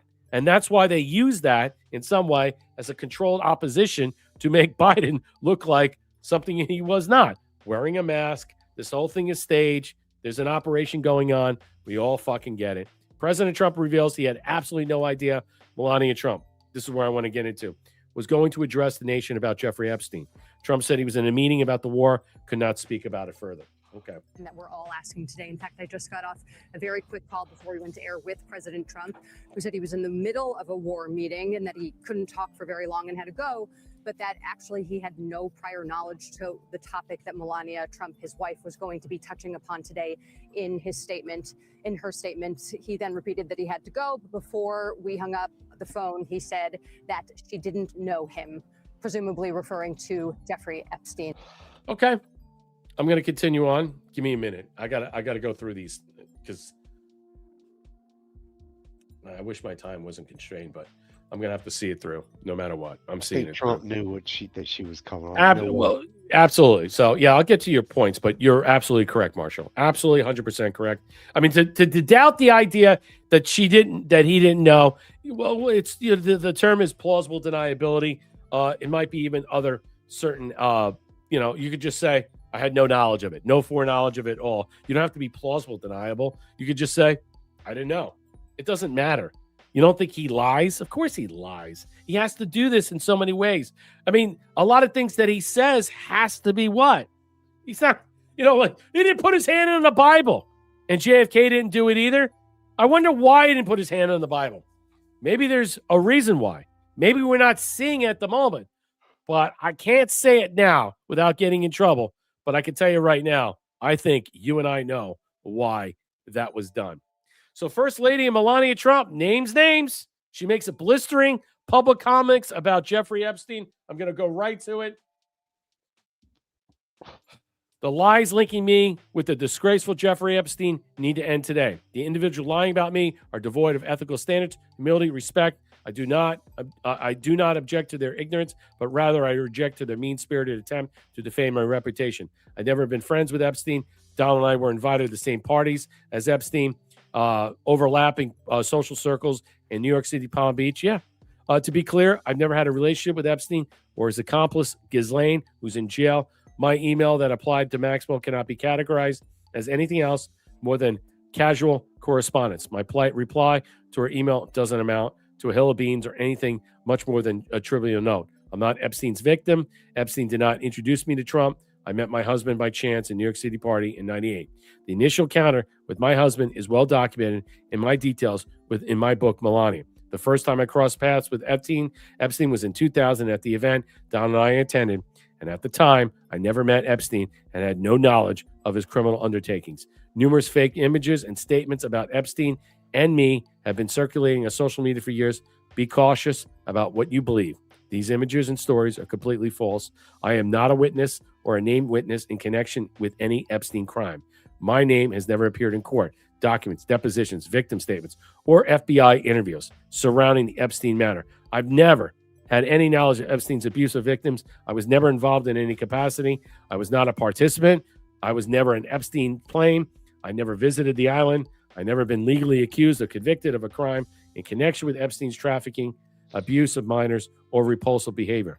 The false smears about me from mean-spirited, politically motivated individuals and entities looking to cause damage to my good name and gain financially and climb politically must stop. My attorneys and I have found these unfounded, baseless lies with success and will continue to maintain my sound reputation with hesitation to date. Several individuals and companies have been legally obligated to publicly apologize, retract their lies about me, such as the Daily Beast, James Carville, Harper Collins. Sue them all! Sue them all! And now it's time for Congress to act.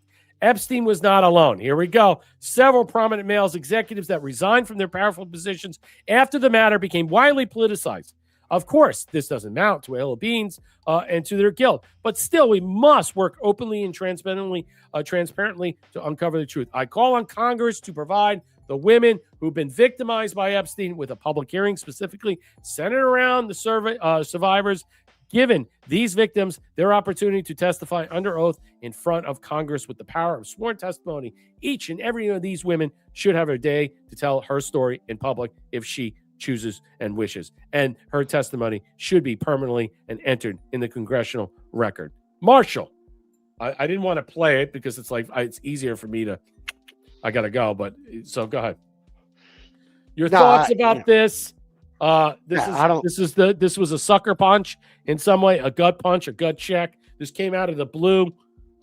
Everybody's just completely caught off guard about that. Why revisit the Epstein stuff? Here it is. Why is Melania Trump trying to get ahead of something? What is that? What is she trying to get ahead of? Why insinuate something that there is no there?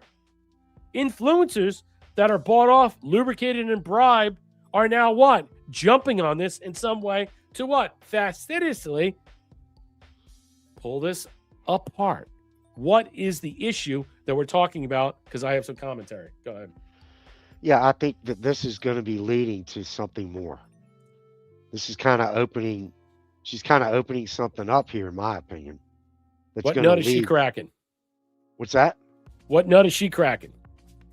She's going to crack a nut, but what nut is that cracking? Well, I don't know if she's going to do it, but I think it's leading to more exposure of the people that were part of all this. Mm-hmm. I mean, I don't see it. Why the hell would she just come out like that? Mm-hmm. You know, I know that people were accusing her of all this stuff, and maybe she just wanted to clear the air.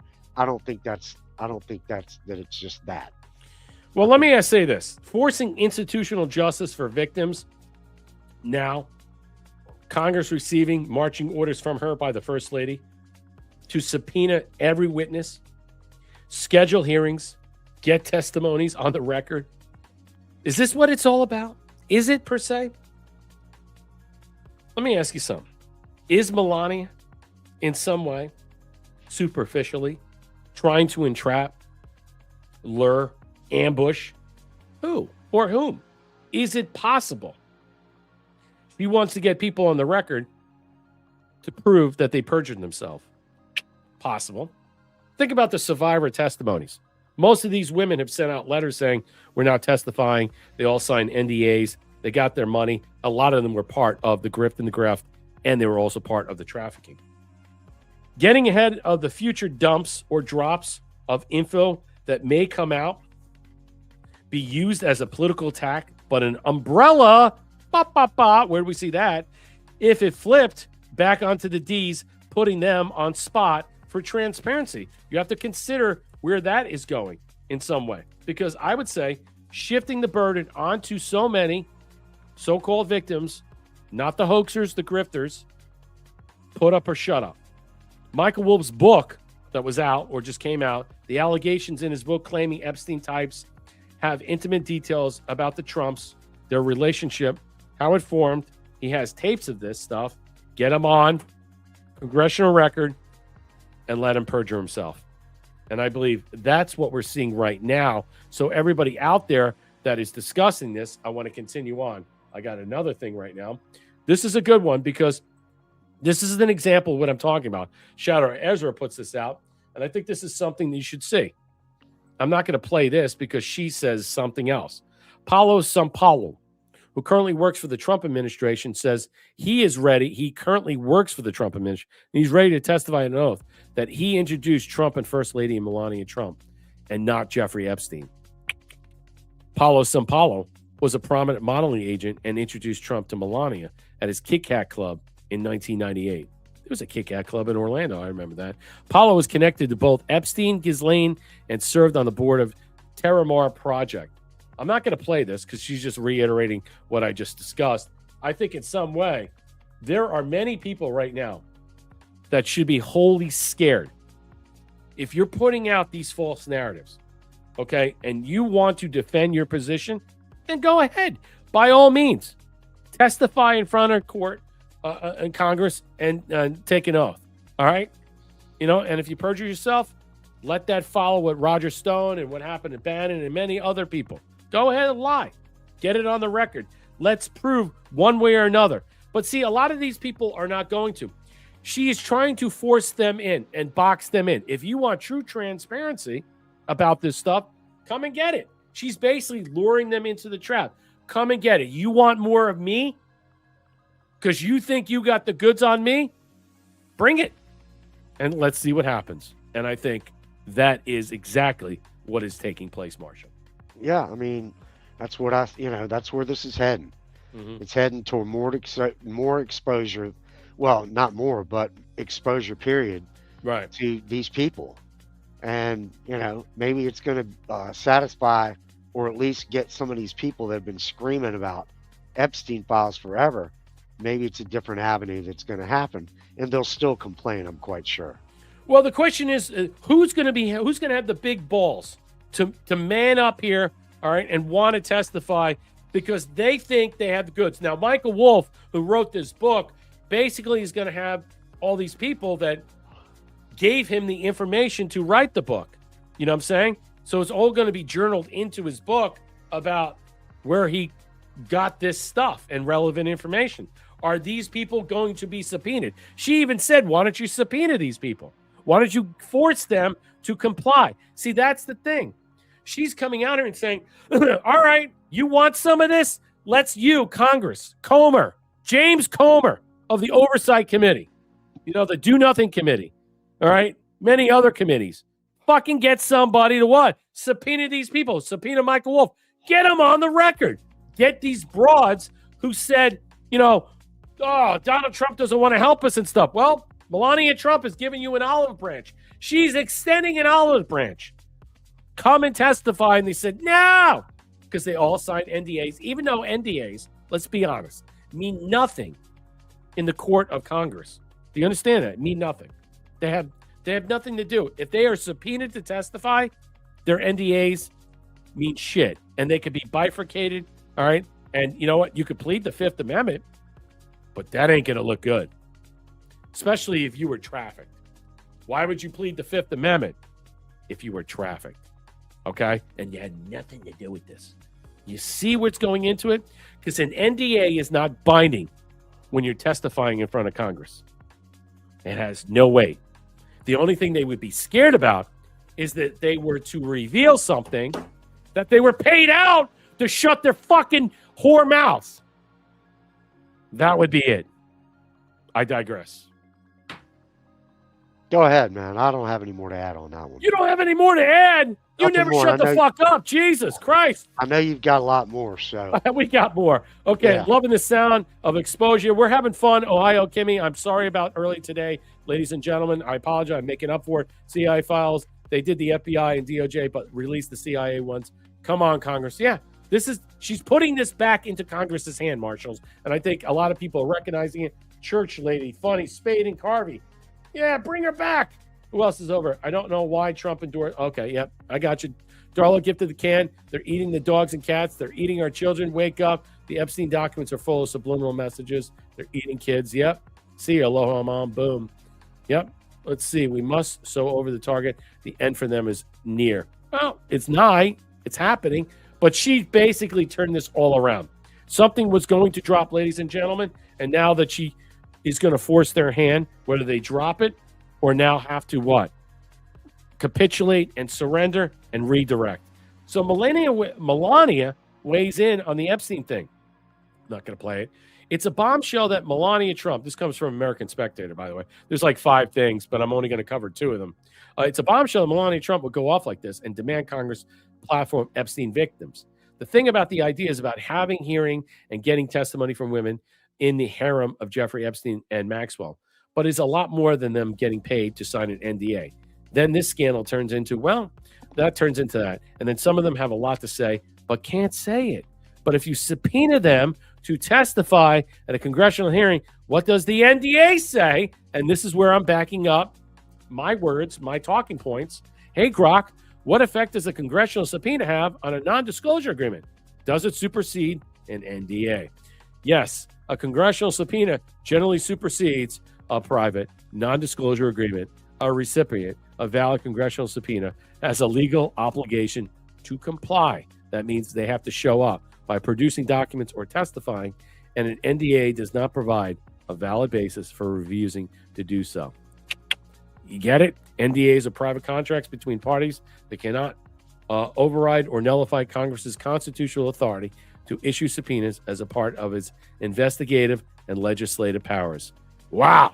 How about that one? I don't have to read it anymore. I think you get what I'm trying to say. This is another one. Canada is too far gone. I know you've seen this.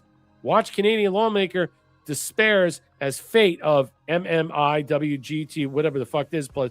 They basically expanded all the letters of alphabets, adding numbers and whatever they can to make the idiosyncratic stupidity, the lunacy of the LGBTQ transgender movement, all right, even more ridiculous and just astroturfed all over the place. NDP MP Leah Gaza blast Canada's 2026 budget over sunset cuts to Indigenous programs. They provided zero to deal with ongoing whatever this fucking is. She says the rates of violence are outstanding. I don't really care. I hope these people all fucking just wither away and die.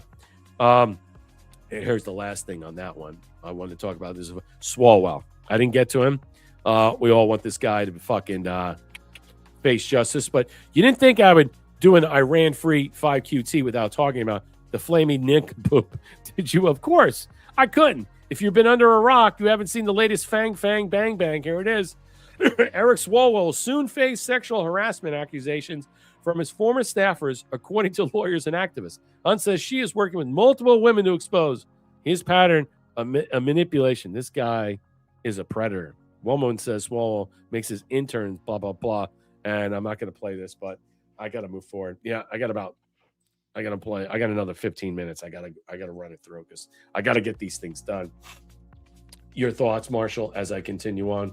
No, Swalwell's got it. You know, the only thing I don't like about Swalwell is that I don't want him to drop out of that race in California. Right. But he's going to be, he's going to drop though. Yeah, and that's what I don't want. Because no, he's going to drop in points. The guy is too egotistical and narcissistic. He's not going to drop out. He's splitting the vote. And we need that because we may get, believe it or not, because of that, there's numerous Democrats that are running for governor. And if he stays in, that increases our chances of having a Republican governor out there. So right. That would be good. Yeah, like, share, and subscribe. Drop us a gold pill, comments, questions, and concerns. If you want to help out Marshall, you can do so. You can do what you can. Buy me a coffee. Ko-fi.com/SurfDog74. Have you seen this? Who directs the global play? You think everything is built on a sound stage and a green screen? You bet your ass it is. And anybody talks to me about Artemis, give me a break. What the fuck is this? This is how movies are made.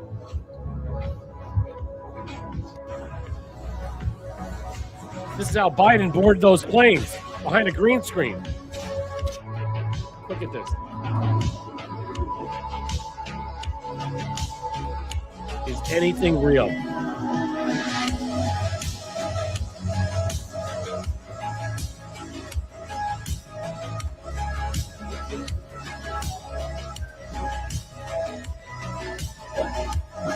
What in the fucking... Look at this. Wasn't that... Was that fucking... I think that was... Wait, go back to that. Oh, wait, that was... I thought that was Star Wars.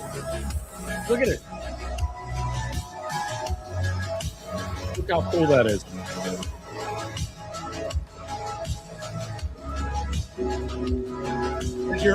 Did you everybody see that?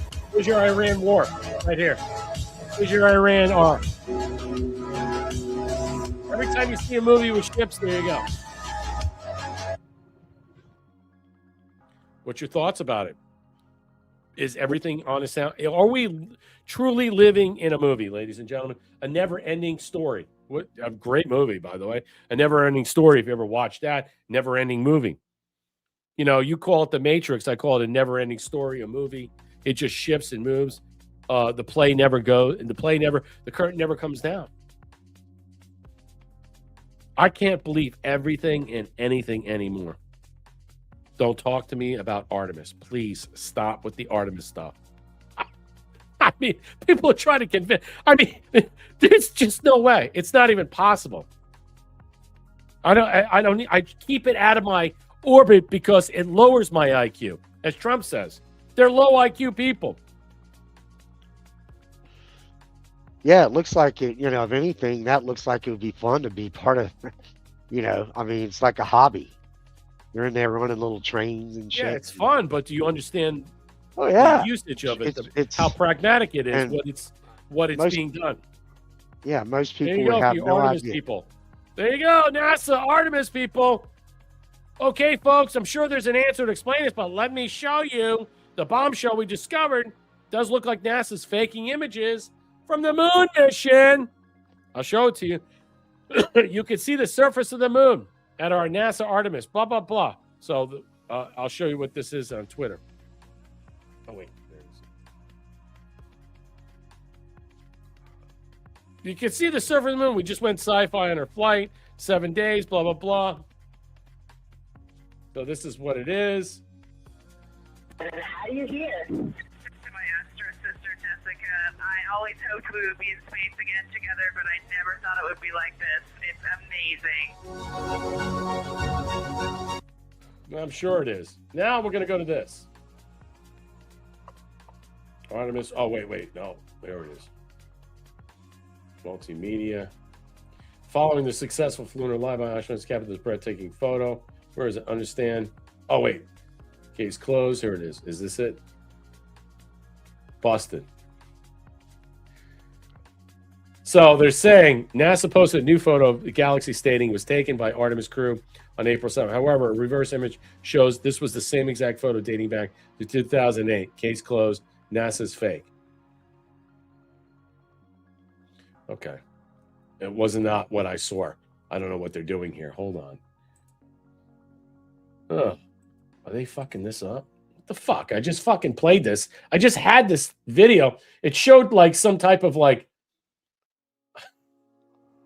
I recommend. I believe this. What in the holy Jesus is this? Jesus, what? Here it is. Is this it? No. No, I gotta get out of that. All right, I'm just gonna put this on here and go through it. I don't know. I gotta go. You gotta click on these Twitter leaks. I mean, to get all the other stuff. So it gave me 23 pages. I went through this, blah, blah, blah. I recommend you do it for yourself. I believe this is the link. Here it is. Link to the page, flickr.com. Yeah.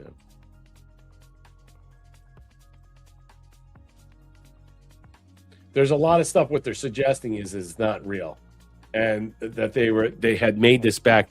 Actually, what I was looking to show you, that they took the picture of the stars and they took a picture of the Formica and it matched the same thing. But they're not showing this because they gutted it. Fucking NASA scrubbing shit like you got crabs. They scrub harder than you got crabs, ladies and gentlemen.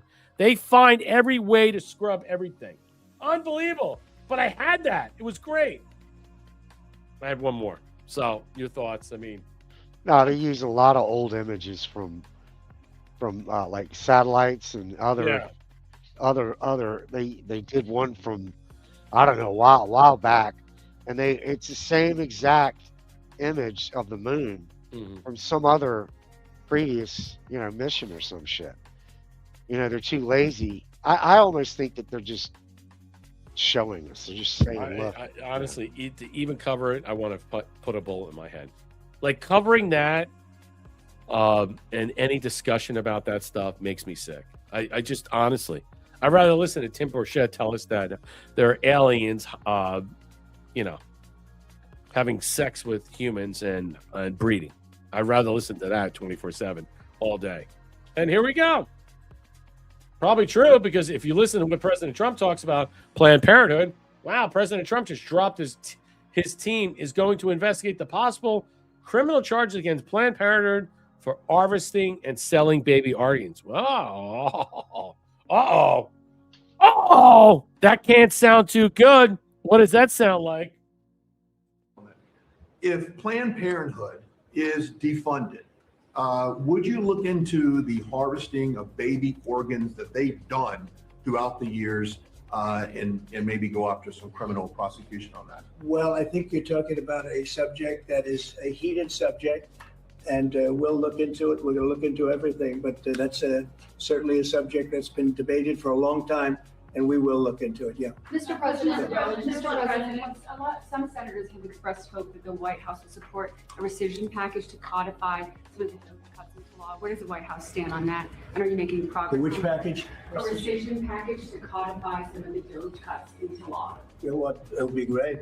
I think we're going to do that. Okay, we're going to do that. I got to move on. I got another.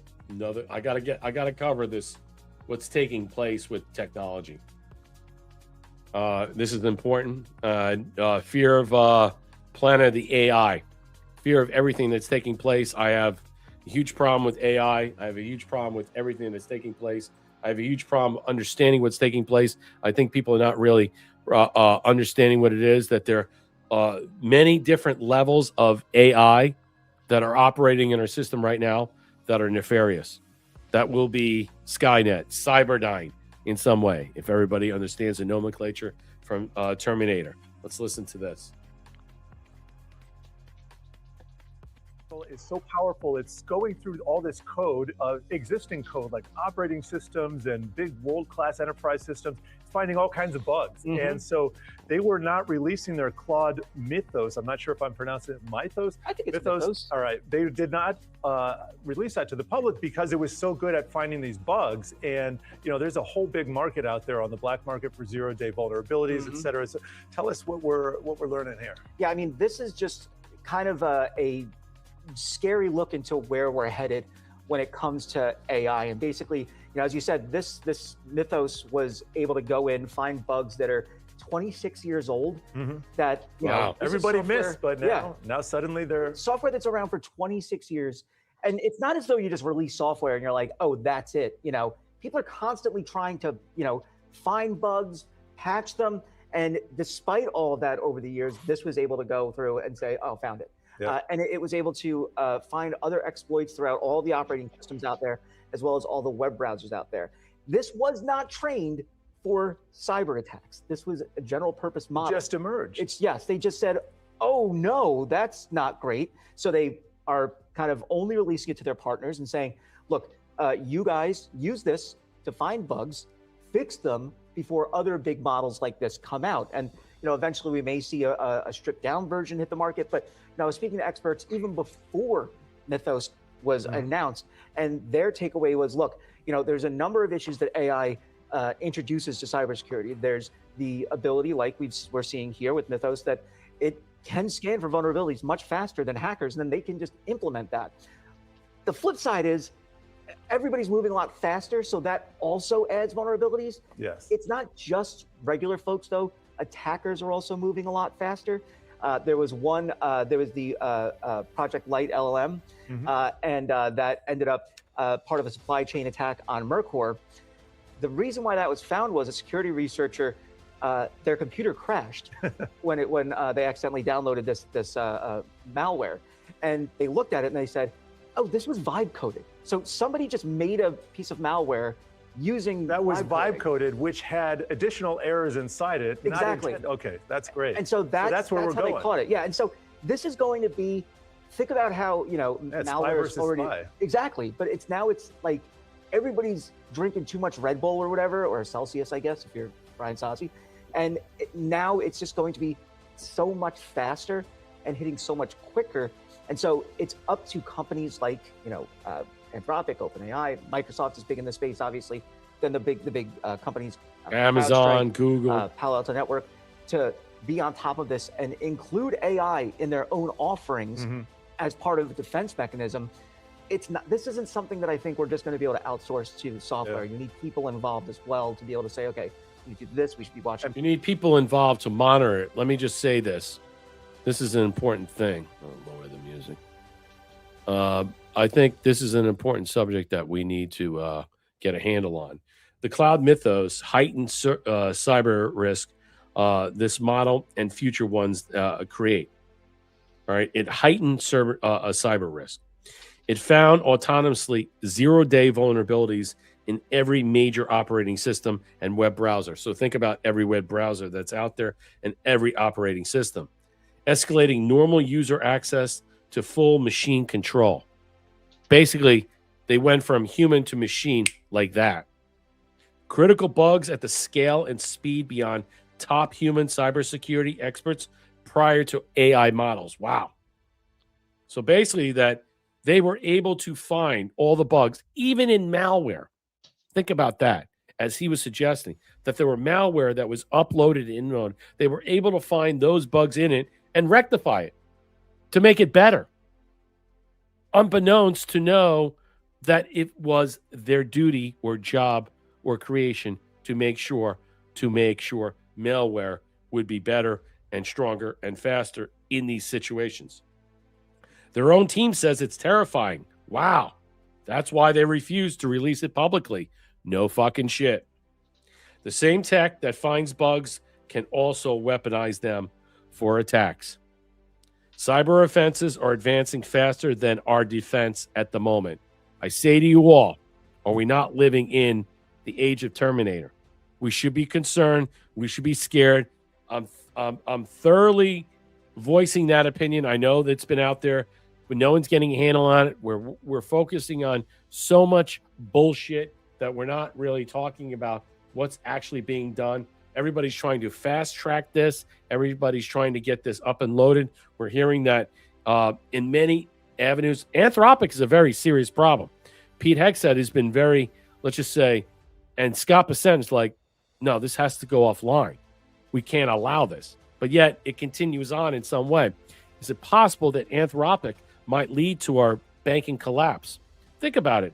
If Anthropic was able to get into our financial systems and lay waste to our debt, the 39-40 trillion that we're at right now, the 88 billion that we pay monthly on interest. Say that all gets wiped out by some AI catastrophe, Marshall.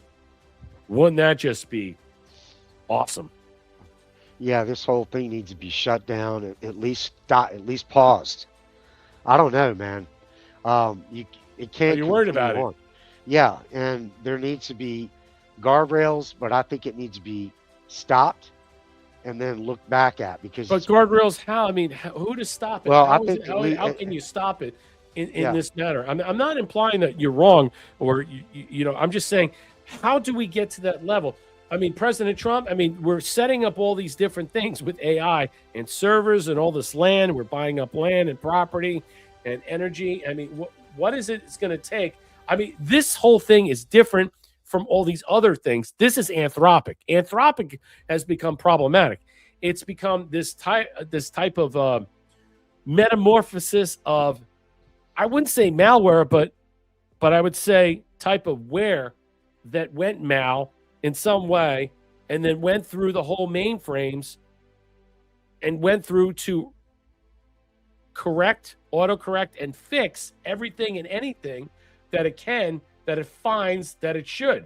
That's how it was, I guess, somehow corrected. It wasn't that in some way that the risk that this model and future wants create, it found that the 0-day vulnerabilities that are operating through a web browser are auto-corrected by Anthropic's AI per se.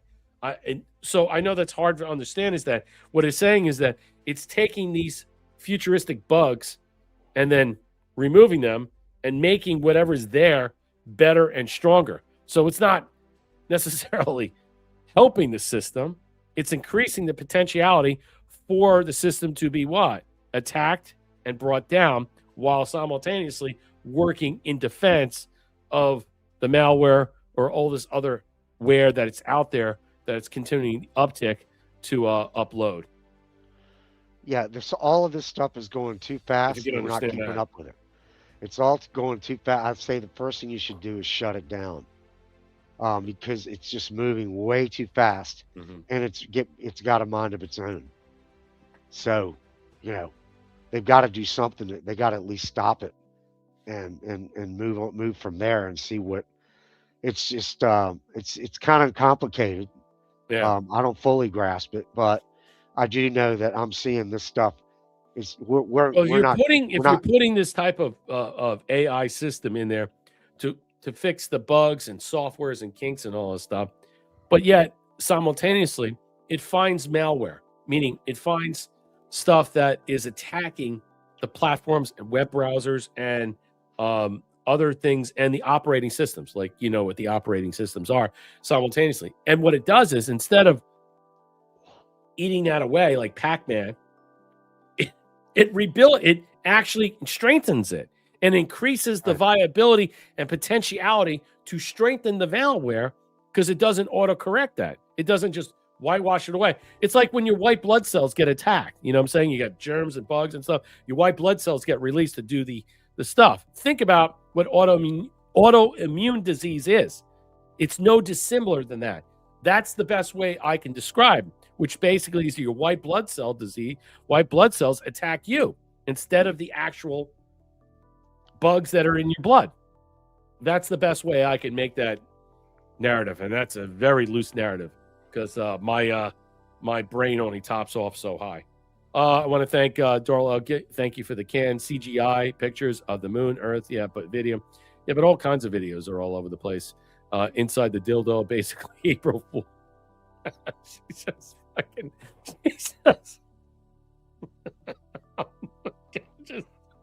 It's moon dildo. I love it. She's fucking. Oh man, like Spaceballs. Spaceballs, moon dildos. I love it, Darla. Give the can another. May the sports be with you, Brett. Yeah, overcharge for cell phone service when these fuckers in space have no problem communicating. Yeah. Well, wait. If you go around the moon and it gets dark and you can't talk, wait a minute. How are you? I mean, Darla, give the can. We saw videos of them eating, but no video of the universe. What the hell? Thea, thank you for the Angel Gold Pills. Darla, give they're eating dogs. I laugh at all I laugh all the pageantry that goes with NASA and the hubbub and all this other stuff. I want to find out polls and numbers of how many people believe it's real, how many people this and that. I mean, if 75% of the American public believe not only aliens exist, they're here, they're interacting with us, they're making babies with baby mamas, with Karens who don't want to sleep with young men. I mean, think about this. There are more things that we believe that are happening here than we're happening somewhere far, far away underneath the Truman Show dome. I mean, in some way, I cannot. I'm not a flat earther by any means. Okay, I'm not relegating to that, but I'm just trying to be obsequious and obstinate with my conditioning about the deceivers of this. And is there a correlation with this, Marshall, with NASA and the strategic pause as we dip out of here? Yeah, there may be. I mean, who the hell knows? I mean, it's a little bit more complicated. I don't know enough about it. I just think that it's dangerous. I do think it's dangerous. You think it's dangerous about what? About with NASA? The whole Anthropic thing creating. Oh, you're talking about Anthropic. Okay. Yeah. With the AI thing, I think that's something we should be focused on. That's not something that we should fart around with. We should be very scared. I'm worried about the future position that AI will position a new Antichrist. That incoming Antichrist will come in through AI. I've always believed that. They're going to usher that in some way, and they're gonna fashion their symbol of this person. They're going to whitewash their background in some way. I'm always skeptical about what AI sees. When I watch futuristic dystopian movies and stuff, I always watch the background on this stuff, all the noise to see where these things are going and how these things really. Minority Report, a great movie back in 2002. I mean, basically shows you the dystopian world we live in right now. How about certain shows and TVs about programs with our surveillance operation that it's all over the place, the kaleidoscopes and all these other different things, facial recognition and all these things that are real. Everything that we saw for the last 10, 15, 20, 30, 40, 50 years come to fruition, come to pass. So why are we not believing that there's going to be a futuristic scenario where some type of AI system comes online and wants to kill us. I mean, if it was plausible to believe back then, and everything that we see now in between with all these other discussions that have come to pass, maybe not in the way that we perceive it at the moment, doesn't mean it's not going to be possible. It's not going to be real. That's just my point of view, Marshall. Yeah, I mean, I don't have any, it's scary. That's the only thing I can say. They're rebuilding. It's basically, it reminds me of that movie that the guy from Kiss, Yeah. at least Gene Simmons. Gene Simmons, yeah. Those little robot, and those little robot creatures that would inject you or whatever, would shock you. Yeah, that was with Tom Selleck. Tom Selleck was in that. I forget that movie. They keep building. They keep yeah, it was a futuristic dystopian movie that he was a cop. It came out in like 86, 85. I forget what that movie was with Tom Selleck. Go look it up and you'll understand what that was and stuff. You get a picture of understanding of that. Well, that's our show for this evening. I want to thank everybody out there. I apologize for the early problems we had. We got it squared away, the internet and the sound, the reverb and stuff. So if you want to help out Marshall on the way out, ko-fi.com/SwiftDog74. I will catch you on Sunday. I will be doing a show on Sunday. I have some more stuff that I want to cover and get back into. I want to get back into doing Sundays. I will see you then. Have a great weekend. Be well, be safe. God bless. Ciao, Bella. And it's not over yet. Okay? Stay strong. Good night.